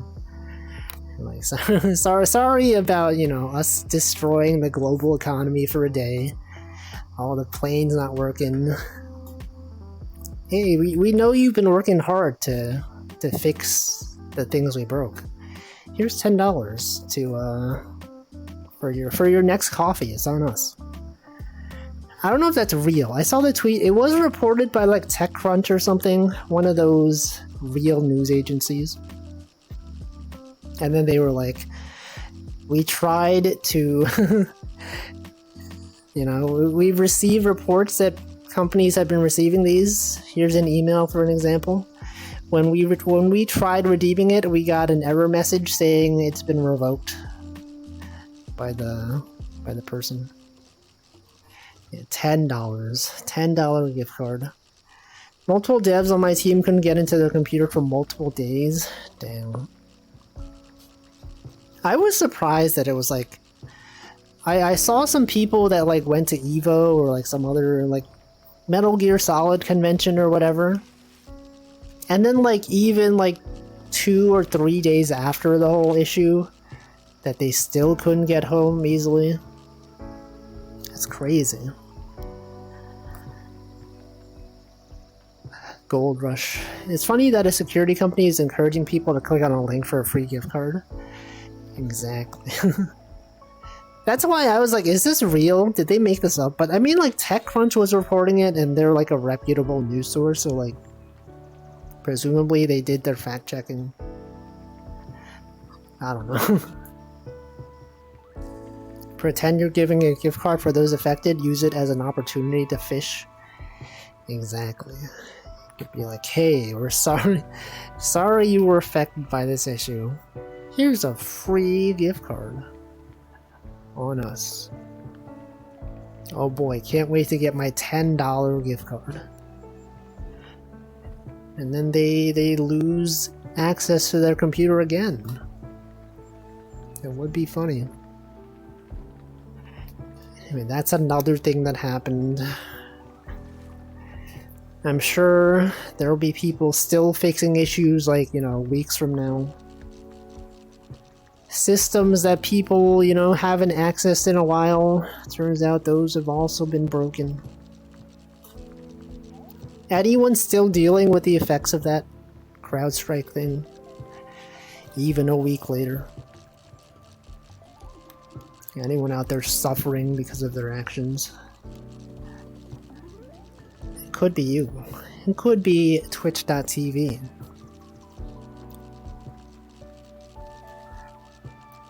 Sephiroth. You're reading the history on Wikipedia. You sure are reading history. We're doomed to repeat it. You know, history, what's the catchphrase? The slogan, those that don't know history are doomed to repeat it. Even those that do know history are doomed to repeat it. That's just how it is. Those that don't learn from history. Those that don't know history. Anyone out here know history? I know history. I know literally everything there is to know. Calfriend doesn't know. But maybe you should learn. Maybe it's time to bring out that history textbook. My memory is goldfish level. I barely know what I had for breakfast. What did you have for breakfast? What did everyone have for breakfast? I didn't even have breakfast.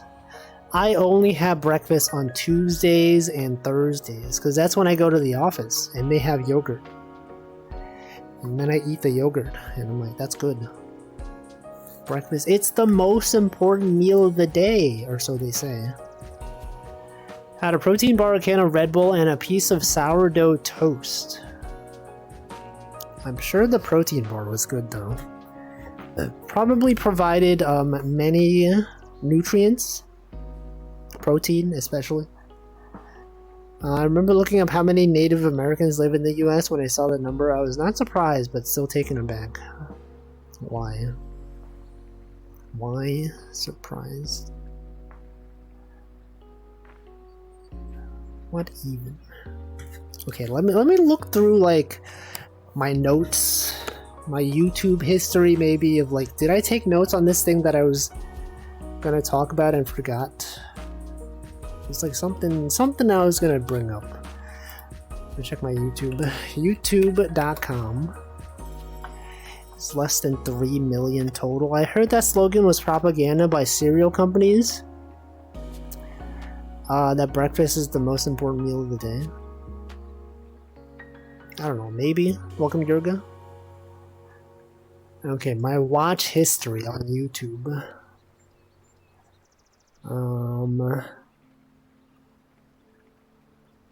None of this. None of this is even irrelevant. Videos about dogs. Videos about shrimp. Elden Ring gameplay. Marvel Rivals. Switch Sports Basketball. Fermented tofu controversy. I don't remember. I don't remember my topic.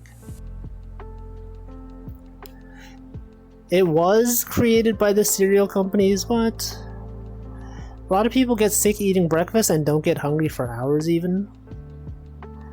American breakfast companies were on something. Yeah, think about the Get Milk commercials all the time. They weren't even advertising like a specific brand of milk. It was just like, just drink milk in general.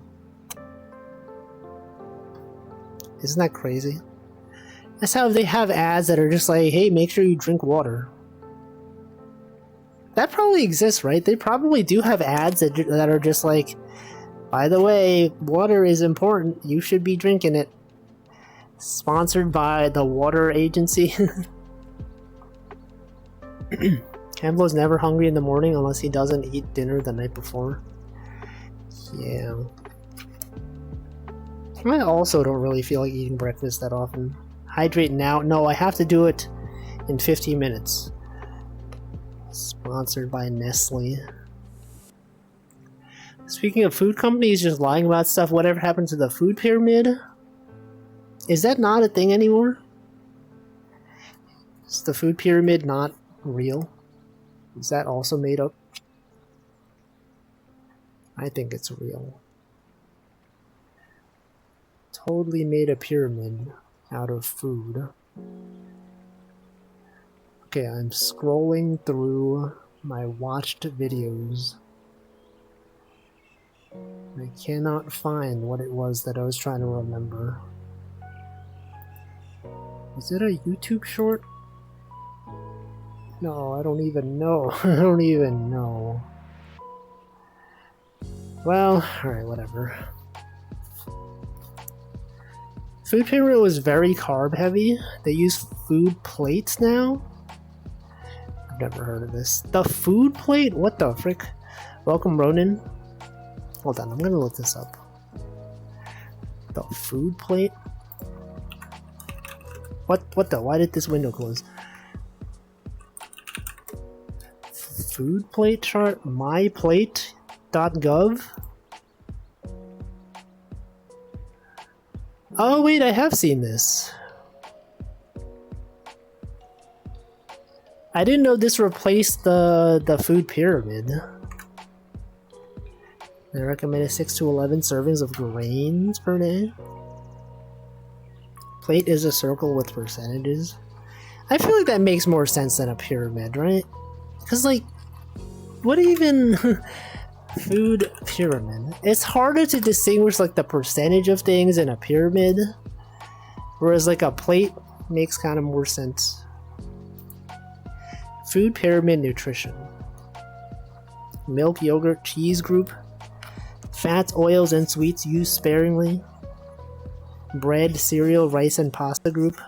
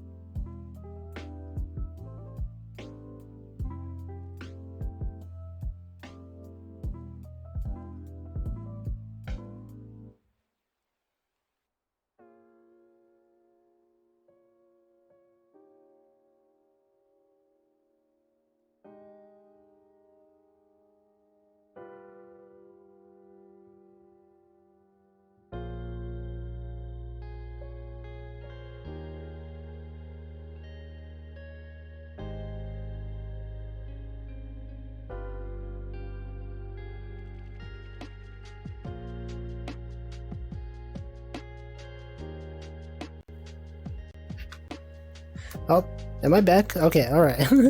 Okay, I have returned. My my headset ran out of power and it just powered itself off. I'm back. Okay. That was weird. Strange. Just staring at the screen for a while. Hold on. Okay. Okay, I'm back. Let me check up on the messages. Why can't I interact with this now?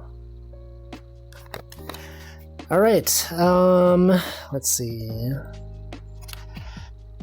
Ran out of battery. Staring into the lake, the food conspiracy, they got me. Right as I was talking about the food, what is it, the food plate? They got me. Anyway, it turns out when your headset battery is at 0, you have to charge it for a while before you can turn it back on. So I plugged it into the wall charger, and then after it was charged to 8%, then I could turn it on. And now I'm back on a portable charging. Maybe I should put like a reminder. You know how like at the start, like every hour I drink water, right? Maybe at the 1 hour 50 minute, the 1 hour 30 minute mark is when I should turn on my the charging. Cause like usually I get this thing that shows up that says, "Hey, the power is low. Make sure you charge your headset." And then that's when I turn on the button, when I press the button on my portable charger. But it did not show up, and I was totally caught off guard. And now we're back. Now we know. But now the momentum has been ruined. Now I don't even remember what I was talking about. The food pyramid. What was I saying? The food plate. What were we talking about? The food plate. It's a circle. Grains. Do you all eat a lot of grains? You'd be eating grains right now. Welcome, Hongtown. I have a food plate. A food bowl, perhaps. Anyway, I've been eating yogurt. Ramen. Whole wheat breads and pasta and oat-oriented cereal. Dang. Actually, the other day they had falafel at the office. The falafel was actually the worst part of the meal. But they had falafel, they had, hummus, they had some eggplant. I thought the eggplant was the best part. Any fans of eggplant out here? I used to like... I feel like I was never a huge fan of eggplant, but like, in the past few years, I feel like eggplant is like possibly some of the best food out there. I guess I just didn't eat a lot of it when I was growing up, but now that I have, I'm like, this is great. Why didn't I eat more eggplant?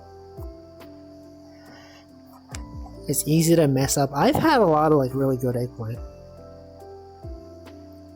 There used to be this falafel restaurant that had like falafel sandwich, and they would put eggplant in it, and I feel like the eggplant was like the best part. We're talking about the occultic food Decagon. Decagon, where did it even go? Am I right? Eggplant is great if it's cooked well. I like them a lot. If it's breaded and fried a bit, I think I like it. Spicy eggplants. Started winging eggplant dishes at this point. It's always alright. Yeah, eggplant's great. Eggplant parm is good. You know, I normally when I eat food, I'm like, if it doesn't have some kind of meat, I'm usually like, oh man, I wish this had meat. But, eggplant, I feel like even without meat, eggplant is so good. And like eggplant parm, also really good. It's great. Have you had baba ganoush? It's basically hummus except eggplant based. I don't know if I have. but I have heard of it. Baba is Ganoush. The new hit game. Baba Ganoush. Maybe I have had this. It's possible. It looks good though. Eggplant based, I think eggplant is cringe. I don't think it's cringe. I think it's good. I don't think eggplant and fried egg go well together, but besides that, it sounds good. Wonder if it could combine well with mushrooms as burger substitute. Yeah, eggplant, it's good. Fried eggplant, roasted eggplant, breaded eggplant parm. It's good. There was like some times, I remember when I used to go to the office at the place that I worked at for 7 years, and they had, there was this thing called Meal Pal, right? Where you could go out, you could pre-reserve your lunch for the day, and then you would just go to the restaurant and it would be ready for you. There was like this Italian place, and you couldn't choose what to get because it was like a preset thing for the day if you use Meal Pal.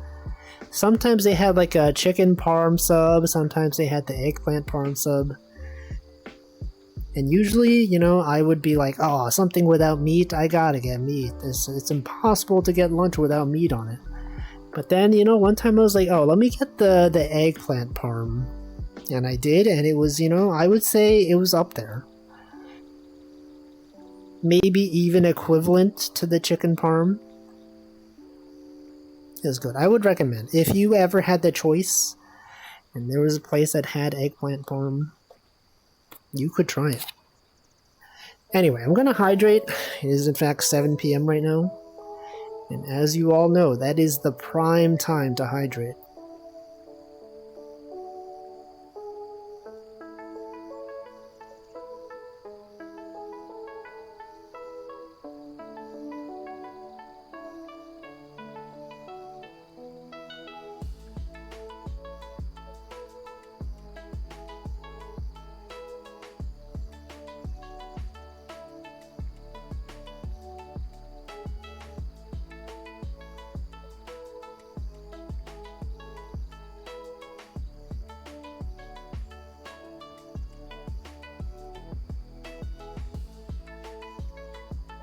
Alright. Also, I just noticed since my headset disconnected, the lip syncing thing stopped working. So I will need to toggle it. Avatar. Good, we're good now? Okay, we're good. Is the parm in that sentence Parmesan? Yes, it is, but also eggplant. Like, parm is a specific kind of thing.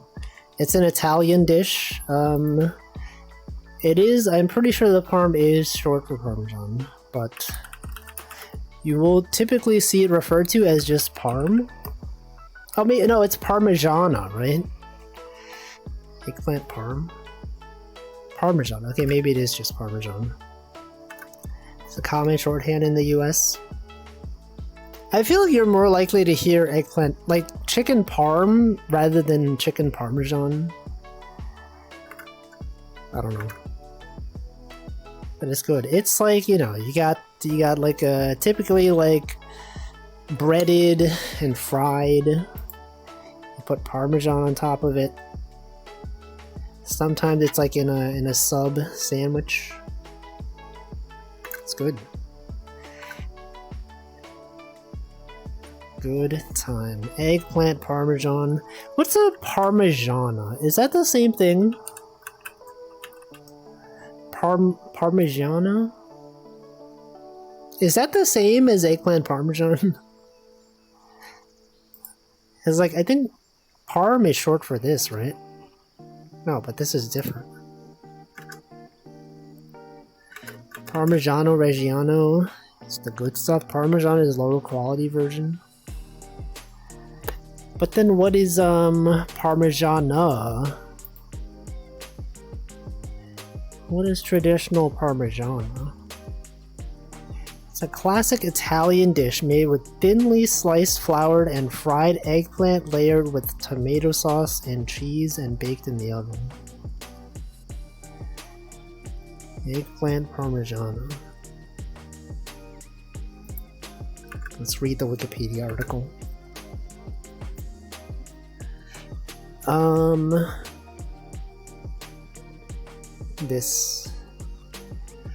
There's several theories about the origin of the dish. Its invention is attributed to either Parma. There's a place called Parma? Is this where Parmesan was invented?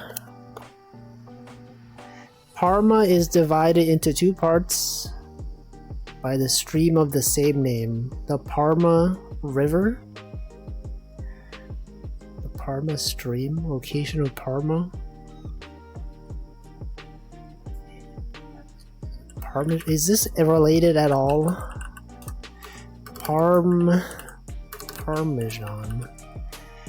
Oh, this is where Parmigiano Reggiano came from.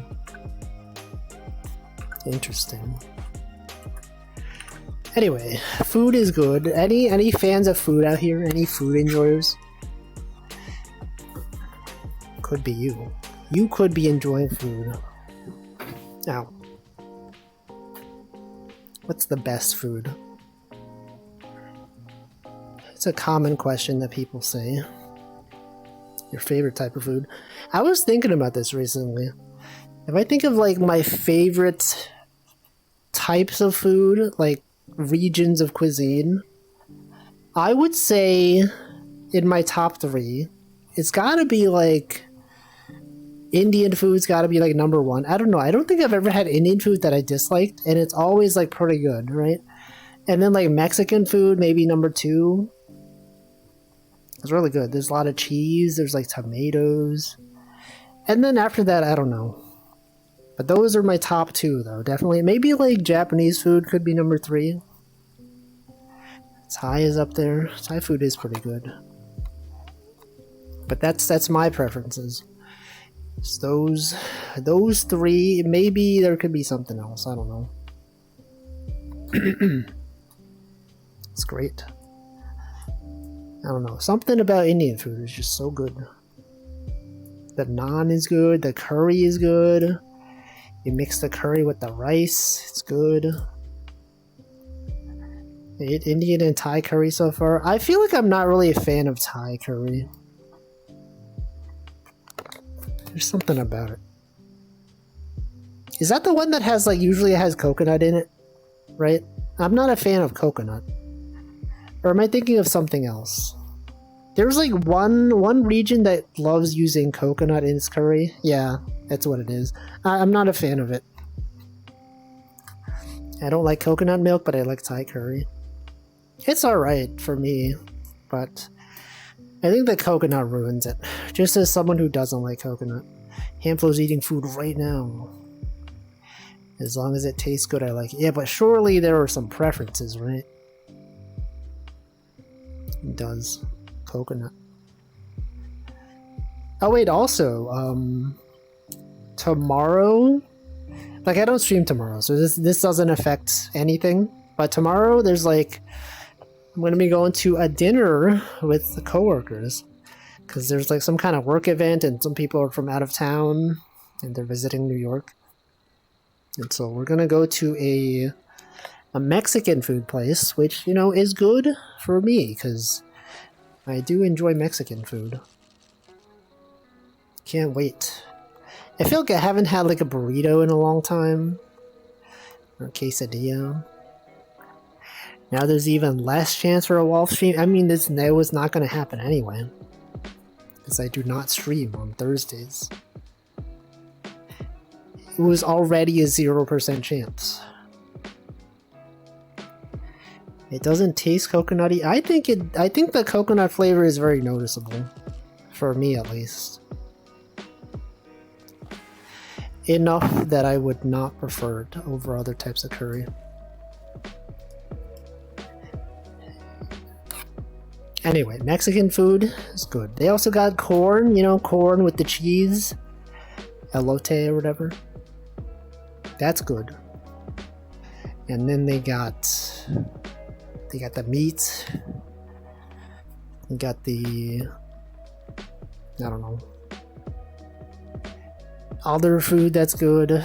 What's your everyone's favorite Mexican food? You might like tacos, you might like burritos, you might like the cheese, you know, what is it called?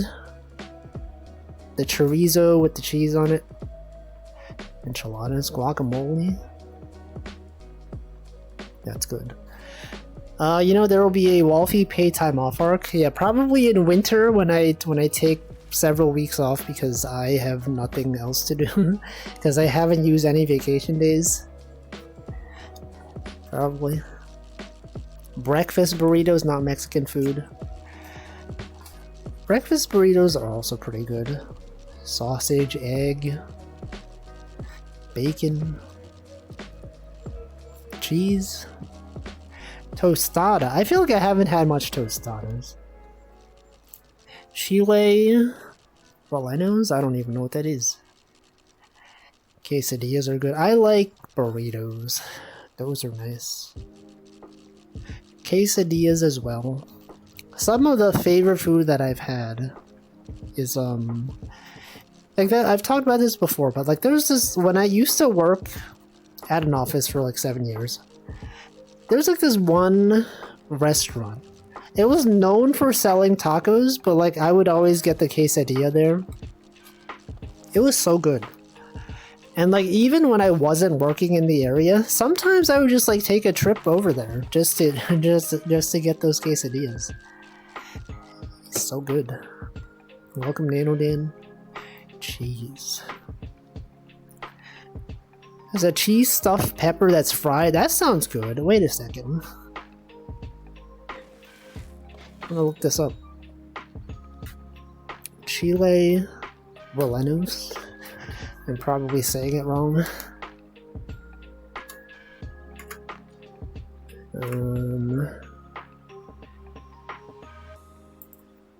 Chile releno. Yo, there's my approximate zip code, by the way.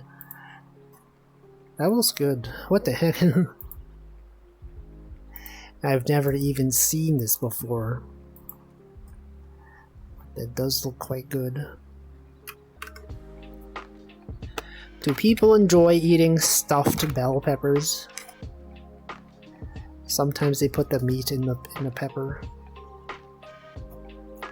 Simulder said, I had Mexican with my cousin a couple days ago. He kept calling them egg rolls, which is not too far off. Egg rolls, they sure do. They sure do tend to do that. Did the quesadilla have meat in it, or just a nice simple quesadilla? I had chicken. It's pretty good.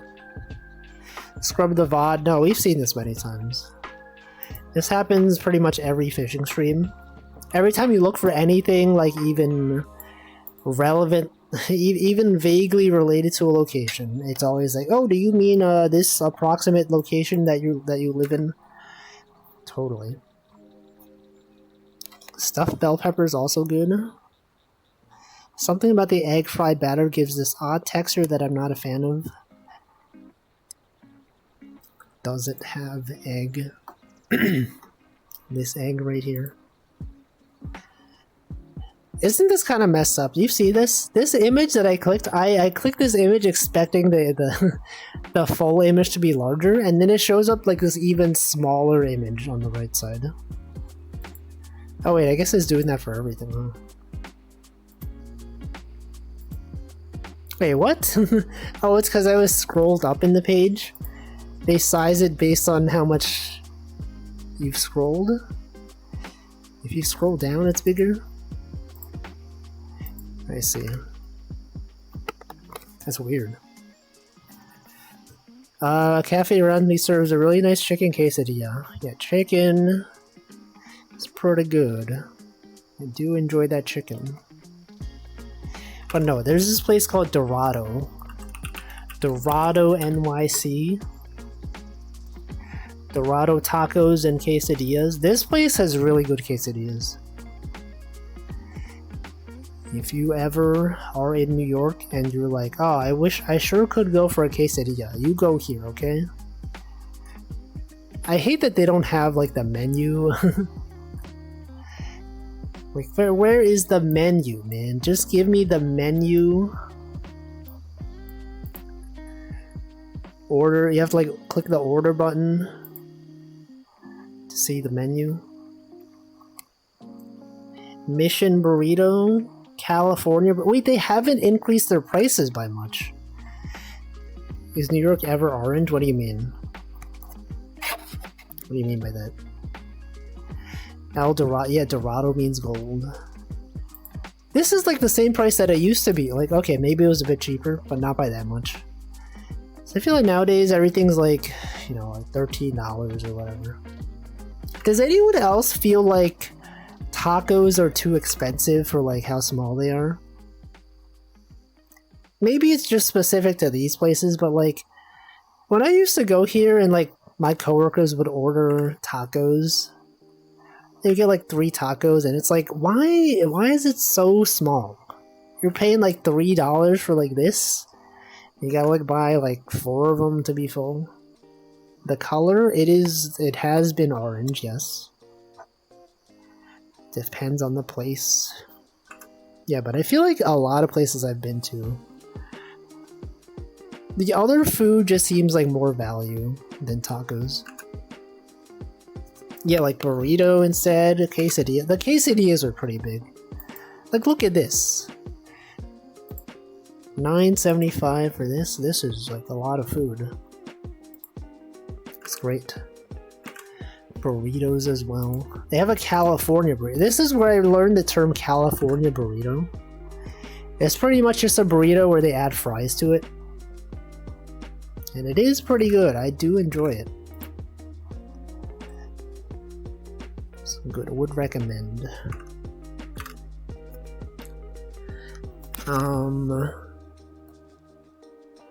The Caesar salad, chips and guacamole,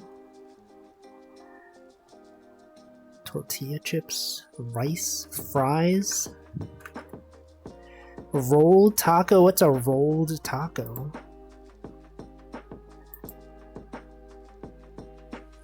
The heck? Anyway, good stuff. Good food. Is that what a taquito? That's what I thought. I don't actually know what a taquito is. I've never had one. You know what's a good dish? Is queso fundido. It's just like a bunch of cheese on top of chorizo. Has anyone had this before? This is so good. It's probably like really unhealthy, but sometimes at the place I used to work at, we would do like a team lunch someplace. Like maybe someone was like joining the team, or like someone was having their farewell lunch or whatever. And we would go to this Mexican place, and I would always order this. It's like a lot. It's got like Chihuahua cheese or whatever. What do they call it that? Why is it Chihuahua cheese? But I would get this. They would have like some tortillas you can dip in it. It's great. It was so greasy, but so good. Good food. Man, a lot of good food out there. A lot of good food I haven't eaten in months or years. But I would recommend, if you had the choice between eating good food and eating bad food, I would recommend eating good food. Kind of controversial opinion, I know, but it's just, you know, that's the kind of person I am. To eat good food. Unless it costs a lot. Maybe if it costs too much, maybe not. But yeah. Cancelled. Streamer says, what? Streamer says unbelievable thing. Streamer, don't you know not everyone has the option to eat good food? Some people don't have the money to afford good food, and so they have to eat bad food. Can't believe it. Can't believe Streamer would say this. He doesn't even consider people. Anyway. What else is going on? What else is even out there? Nothing. There's nothing even out. Let me check my notes. Did I write anything interesting in my notes? Streamers, you gotta take notes, okay? This is how I remember. Oh, you see the Humble Games layoffs? That's a thing. Some of us eat leaf litter off the ground. What's the best leaf? If you've ever eaten a leaf, what's the best one? I think shiso leaves are pretty good. I don't even know. Did I want to travel anywhere? Not particularly. Grape leaves are edible. Are they? Grapes have... Wait, do grapes have leaves? Or is this like a different thing? Grape leaves? Oh yeah, these things. Oh, they use this in Dolma, right? Yeah, Dolma.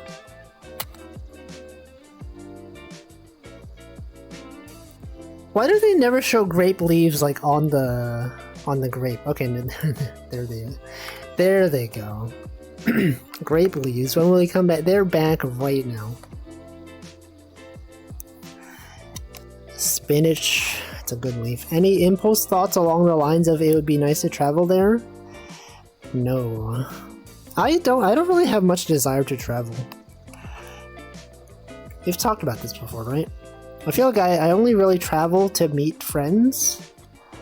And I don't know, I haven't really had much desire to travel lately. But if I did, probably would be Japan, you know. As usual, because that's where most people that I talk with tend to go, because, you know, we're all weebs and they're like, oh, we gotta go to Japan, obviously. But none of that recently, so I don't know. Maybe someday, but not anytime soon. Good conversion rate. Isn't the yen becoming stronger? I mean, it's still pretty bad, but it has... Let's take a look. The Japanese yen. USD to JPY. Look at it, it's finally going down. In the last year... Man, remember when it used to be 100 yen for USD? It's crazy. Those were the days. For Japan, at least. Those were good days for Japan. Now, not so much. Now that the currency is not doing so well, they got so many tourists. Did I talk about that one thing where, like, people would, people in, like, Italy or something were really against tourism for some reason. So then people were just like spraying them with water. They were just spraying tourists with water guns. Like tourists would just be sitting like eating lunch or something. And then as Barcelona. It's like kind of messed up. They're just like, hey, we hate tourists. Let's just spray water at them. Why? They weren't even bothering people. They were just chilling. I have that conversion rate locked in my head because it makes math easy. Yeah. You can still use that conversion rate and then be pleasantly surprised that you get more yen. Like significantly more yen. Barcelona had a big issue with Airbnbs. Doesn't every place kind of have issues with Airbnbs nowadays? Did they make them illegal in some places? It is kind of messed up though. That people are just buying places that people could live in and then turning them into Airbnbs. I saw some bits on social media that was like Barcelona is a beautiful city, effectively being digital nomads. And a guy I know who grew up there quote retweeted them. Digital nomads. Why would they be mad? Why would anyone be mad online? That's why they're nomads. No more of this being mad stuff. It's only being happy. Some people do that though. Some people do like to just travel and work from somewhere else. Would you do that if you had the choice to work from a different country? Would you do it? And where? And where would it be? I know some people that like work from Asia, but like they still have to do like the usual meetings that they do, but like in Japan time. And so it's like, oh man, they gotta like be up at like 3 a.m. for like a meeting that takes place at like 1 p.m. Eastern time. Zoe would travel around and work, but from where? In Japan for 3 months. But wouldn't that, I guess if you're working from, like if your place of work is Europe, the time zone difference between that and Japan probably isn't so bad that you wouldn't have to stay up too late for meetings. It makes a lot of sense, but I see why locals wouldn't like it. Yeah, just people working. Japan has temporary visas now for 6 months for remote workers. I think a lot of countries do that, right? Isn't like Hawaii doing that as well? Digital nomad visas. I don't know. A lot of places encouraging people to stay there, to do work from there. It seems like it could be nice. I can get a working holiday visa. I have a bachelor's. I can just go work there if I want.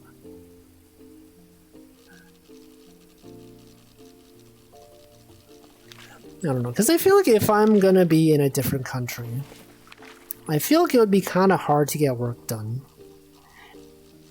I feel like I don't want to do work, you know? But actually, I feel like a lot of people that work from like different countries, they're not really doing that much work, you know? Actually, we were talking about this at work the other day, where like someone came back from a 30 days working from a different country or something, and they're like, yeah, everyone who does this like pretty much is not really working those 30 days. Also, I don't think I welcome Tau Warlord. Welcome. Do you? You always sound like you like working. No, but like if I'm gonna be in a different country, I do not want to be thinking about work. When I'm at home, sure. Sometimes I enjoy work. I remember during the we're only opening up post-pandemic time, some all-inclusive resorts had long-term deals if you stayed there for plus 3 weeks. Yeah. Those were the days. My prediction for Barcelona is that it will become the Western Dubai. Just too pleasant and beautiful to be left to the natives, and international laptop elite class must take it. Oh yeah, what is the deal with Dubai anyway? I feel like you always see Dubai mentioned in like a place where rich people go. What's the deal? Is it just like a place for rich people? Welcome, Manu. Zero interest in. Yeah, but like, what's the deal with it? What even is Dubai? It's got a lot of like modern skyscrapers, international travel.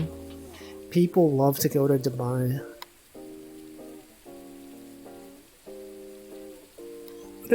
What about Dubai? It's always about Dubai. What about hello? Why not? Oh, we got another fish. This stream beat goes hard.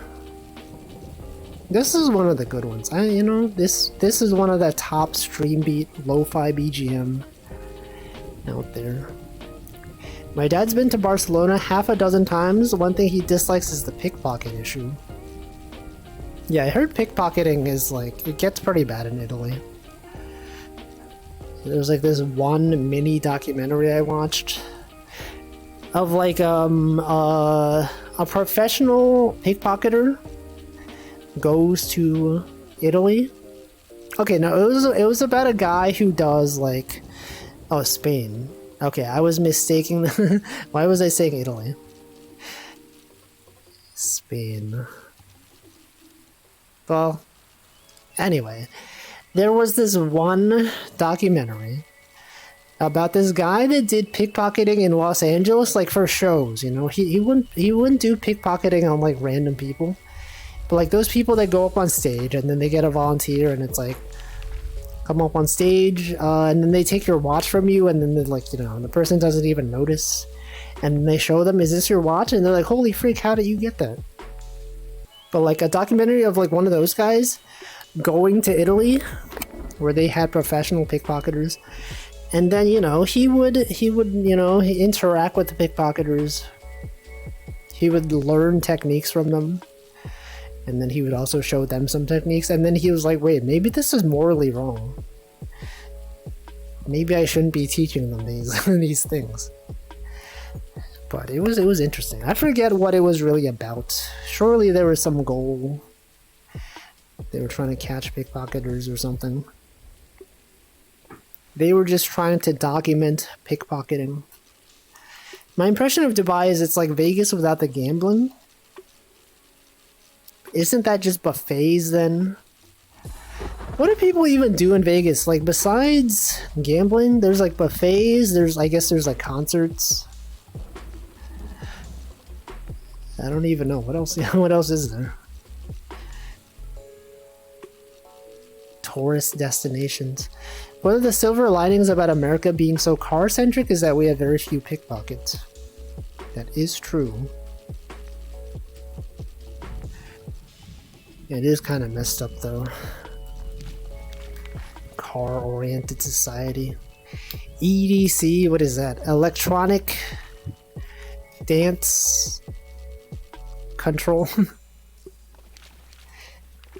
Teaching people how to steal more effectively is wrong? What? No way. Buffets, neon lights, concerts. Yeah, that's like my impression. Like besides gambling, just buffets. They've got vending machines that have cakes in them that are apparently scams. Have you seen those? That's a thing. I don't know. Food. Everyone loves food. We're always talking about food out here, man. Anyway, it's been a while since we've checked the news. What's going on in the VTuber news? We gotta look up VTuber. Oh wait, what about this one? Claudia Moneta, VTuber, donated $68,000 at auction to collaborate with Pokimane, Ironmouse, and Valkyrae. Someone just has $68,000 out there to spend on things like this. It's crazy. It is for charity, though. Like, dang. That's a lot of money.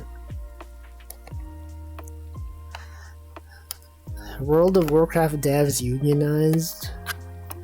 That's good. Niji Sanji, EN VTuber, Kunai Nakasoto to go on. I don't even know who this is. When did this happen? Why did I see nothing about this? Is it just that Niji EN has had so much drama that like people stop paying attention? VTubers. There's a VTuber. Oh yeah, Fallen Shadow was banned on her birthday. Do you see that? Look at all these news. Haven't heard anything about Niji since the incident. Yeah. Actually, remember when they announced their NBA collab? And then we haven't heard anything about it. It was like how they announced their... They were doing like a merch collab or something. Apparently it's in Japan only, which is kind of weird. Shonda, I don't know why she was banned. I just saw the tweet that they banned her on her birthday. I don't know what she did, but that is the thing that happened. The Dodgers, remember that Dodgers thing? Anyway, before the Hololive Dodgers thing, they announced that Niji Sanji would collab with NBA, and then like I found out afterwards that it was just a merch collab and it was only in Japan. And it wasn't really a collab with the NBA, it was just a collab with a company that had the rights to use the NBA logo on merch. And so really it's just like, yeah, Rakuten. It's just that you could buy branded merch in Japan. But then it's like, that's kind of weird. It's like, why not have it be in the US? But maybe like rights issues. The reason is pretending imagery of sexual youth. Certain behaviors, words combined with your VTuber avatar would seem to be depicting a minor. What the? Dang. I didn't know that they actually had an explanation for it. But like, I feel like they would have, like, you know, like at the time that they get partner, they probably would have noticed that, right? Why wait until now? Why wait until her birthday, you know? If that really was the issue. Real Twitch ban. So I feel like usually when they ban streamers, and it's for something, it's like, it tends to get like enough backlash that they undo it after like a few days or like a week. I don't know. Anyway, a lot of VTuber news out there. Many things occurring. There's an anime about VTubers. I saw some tweets about it. They credited Live 2D Cubism in their credits. Sometimes comes down to which random Twitch employee has eyes on it. That is true. Like sometimes, you know, you get someone from a company to review something. It's like when you call to get customer support, right?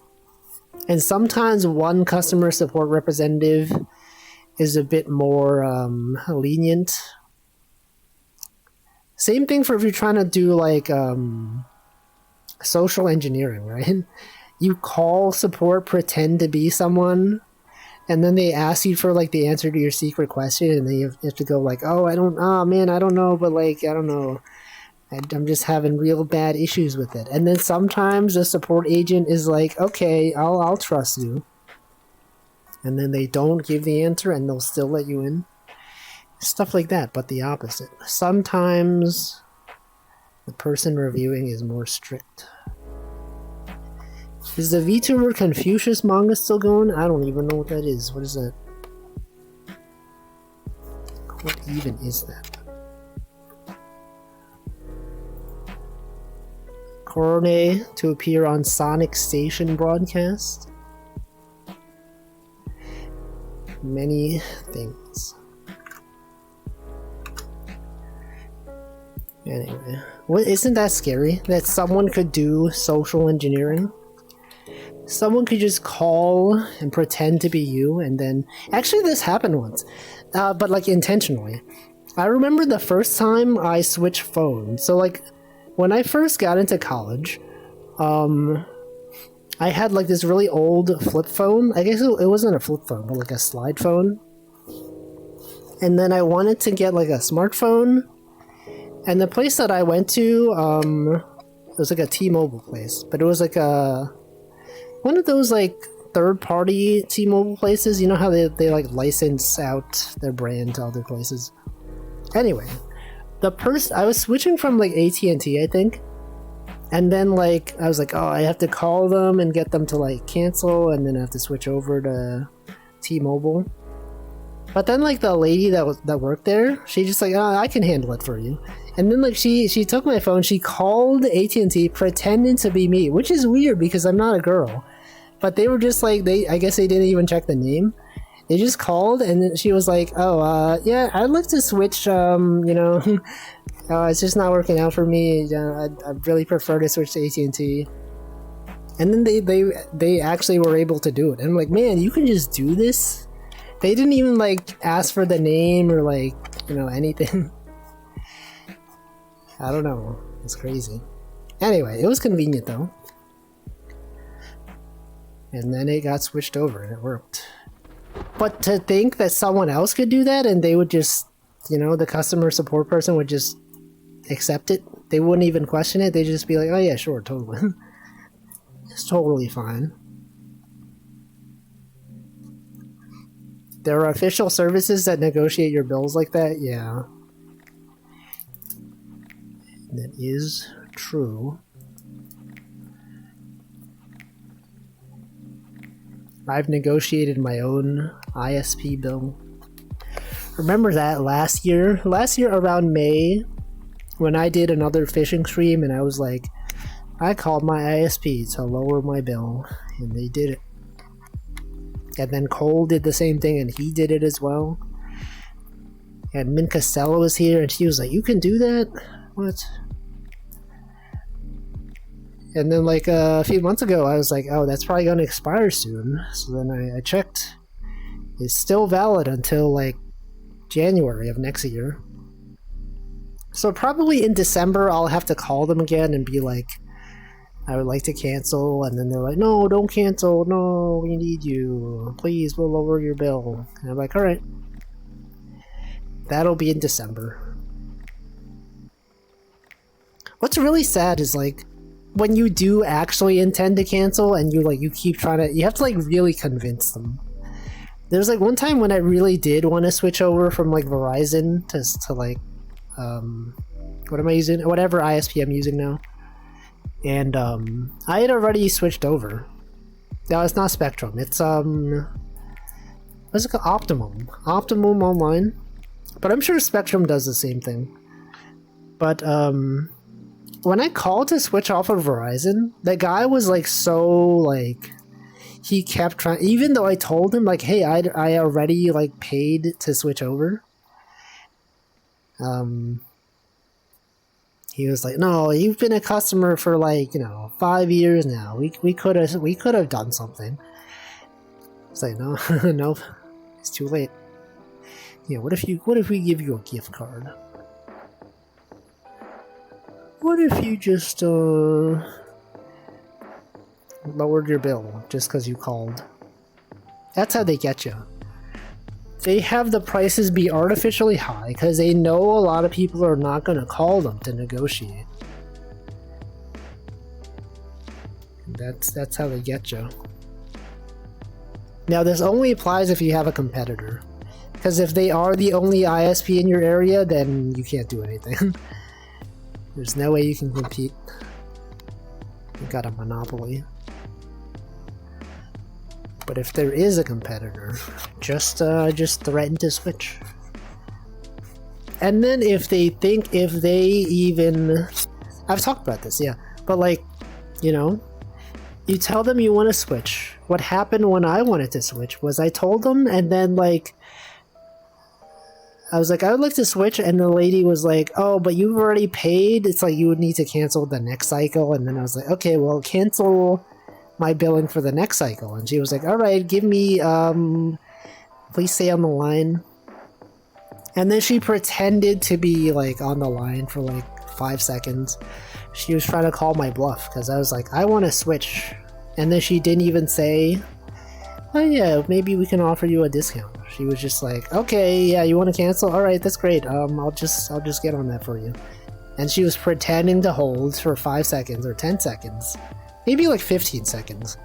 And then she came back and was like, oh, actually, it looks like we have a promotional offer we can offer you. Yeah, they just, I don't know, they're trying, maybe they have like a quota or something. Like maybe they're only allowed to give out the best discounts for like, 5 of them per month, and then after that they can give out the less good discounts. I don't know. But yeah, if you just, you just threaten to switch. And then surely if they somehow do, like, not offer you a better thing, and they do actually cancel your thing, you could probably just call back. and get like a different service representative and just say, oh, I canceled, but like I didn't mean to. And then they'll reinstate it. But I feel like usually they will offer you a better thing. It's kind of messed up that that's how it works, right? Hecked up. Anyway, we're gonna do connections. Today's New York Times connections. Okay, kid, calf. These are like baby animals. Cub, fawn. What? Is not it kid, calf, fawn, cub? Is that not it? Fawn. Maybe it's not fawn. Maybe it's a kit. Kit is a baby fox. No! Fawn, cub. Okay, that was also one off though. Kid. No, kid is like a goat, right? A kit. Fawn. A cub. A kid. No, it's not kid. How can it not be kid? Okay. What else? Shoulder, rib, breast. Right. Types of... No, hold on.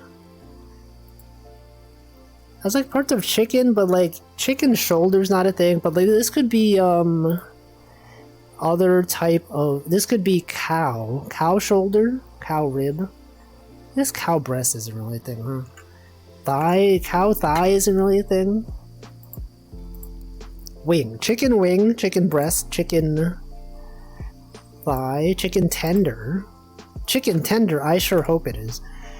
Poultry cuts, okay. Rib, shoulder, muscle, no. Jostle, tease, barge, and what is raz? Raspberry? To kid, like to joke around, tease, rib, and raz. I'm gonna assume that's what raz is.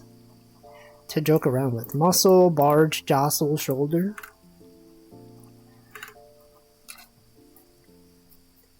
What was this? Push to a crowd. Barge, jostle, muscle, shoulder. I see. Interesting. Let's guess the game. I don't know what this is. I don't know. I don't know what the, I don't know this game. War Tales. Okay. Game Dome Classic. Oh, this is I know this. This is a little to the left. That's the clock. They got the cat. Okay, I know. I play this game. Artwork. Soccer, some kind of soccer game. Soccer. Just the game just known as holy frick. It is the game just known as soccer. For the Nintendo Entertainment System. That is a game. Hulkenbrook. Just soccer. Just a game called soccer. Ninja teleportation wall hit. Fast paced. Mark of the Ninja. No. Danger Zone. Tag teaming time attack. Martial arts. I don't know. Teenage Mutant Ninja Turtles.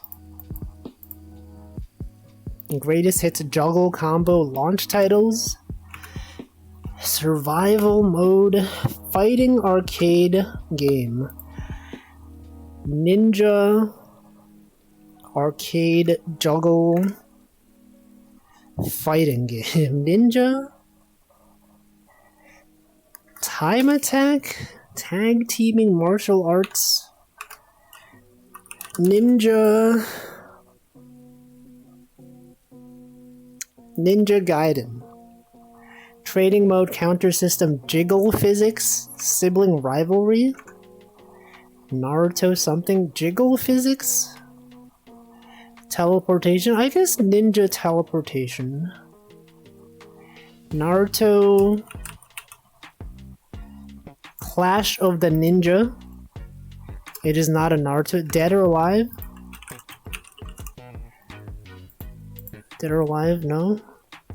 It is, okay, it's the other Dead or Alive. Dead or Alive 2. Is Dead or Alive about ninjas? I didn't know that. I thought it was a volleyball game. Alright. There's a fighting game before that? Dang. They had ninjas. It's the spin-off. Alright. Let's do food guesser. Onions, paprika, stewing beef, water. This could be I don't know, some kind of Mediterranean thing. Could it be Germany, Italy, Hungary? I say Hungary. What if it was Hungary? Yo, you got it. It is in fact Hungary. Hungry? Well, that's a good meal if you're hungry. Melted cheese roast beef. Is this American? An American roast beef? It is not America. Wellington? This could be, hold on. Melted cheese roast beef tomato pickles. This dish is made by layering a roast beef, melted cheese, tomatoes, and pickles in a hollowed out French roll. Is this not American? What is this? Roast beef. What's a place known for roast beef? Britain? No, this looks too good for British food. Britain? Okay, maybe what if we guess Britain? United Kingdom. Nope. Canada? No, but it says the US is ice cold though. So it can't be.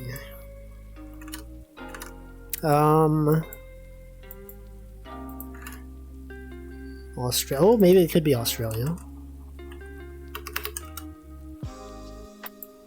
Nope, it is not Australia.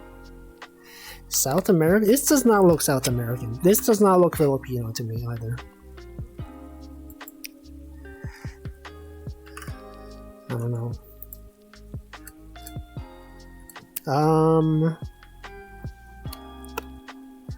What about Argentina? Does this look Argentinian though? I mean, I got no other guesses, so why not? Okay, something that border. Okay, you are right. Something it does border Argentina. This could be Chile, maybe. Brazil. This is a popular Brazilian sandwich. I did not know that this was a Brazilian cuisine. Smoked sardines and eggs. A savory omelet made by mixing shredded tinapa. Is this Swedish? Ice cold. Okay. Omelet made by shredded tinapia. It's a breakfast staple. Is this Japan? I don't think this is Japan. This doesn't look like any Japanese food I've seen. Smoked sardines and eggs.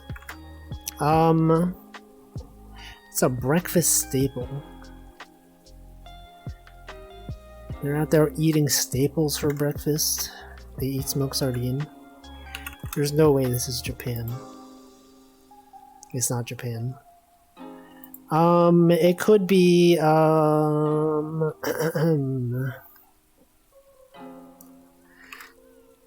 it's not Japan. There's no way. I would have known if this was Japan.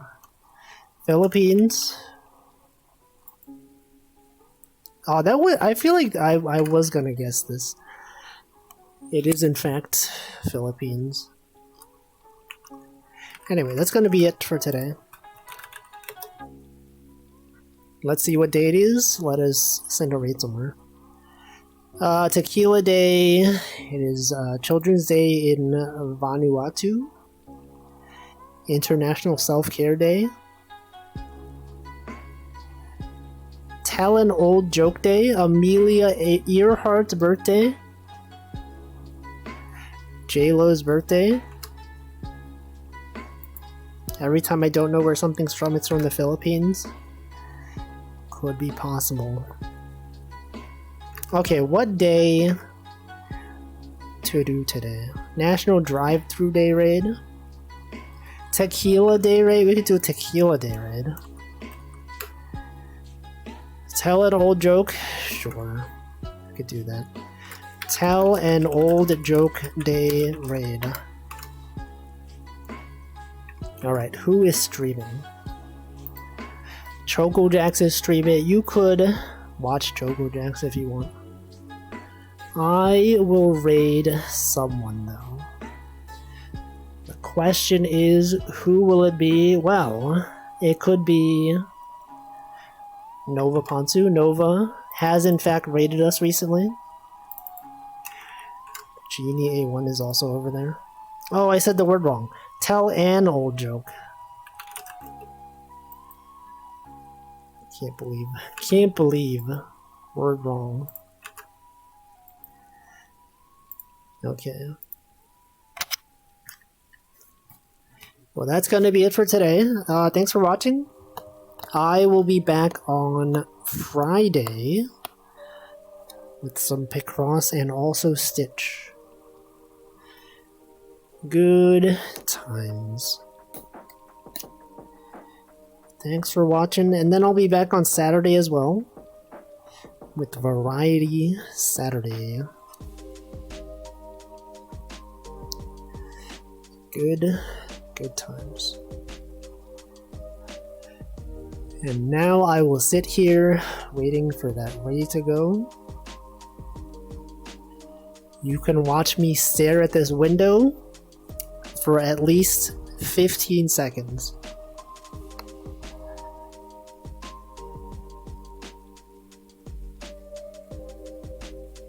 Sure is a window that I am staring at. Yep. Definitely something. But hey, look at all these other people you could watch. If you wanted to watch another streamer, look at all these people. But not Handflow. You cannot watch Handflow today. Thanks for watching. I'll see you next time. Goodbye. See you.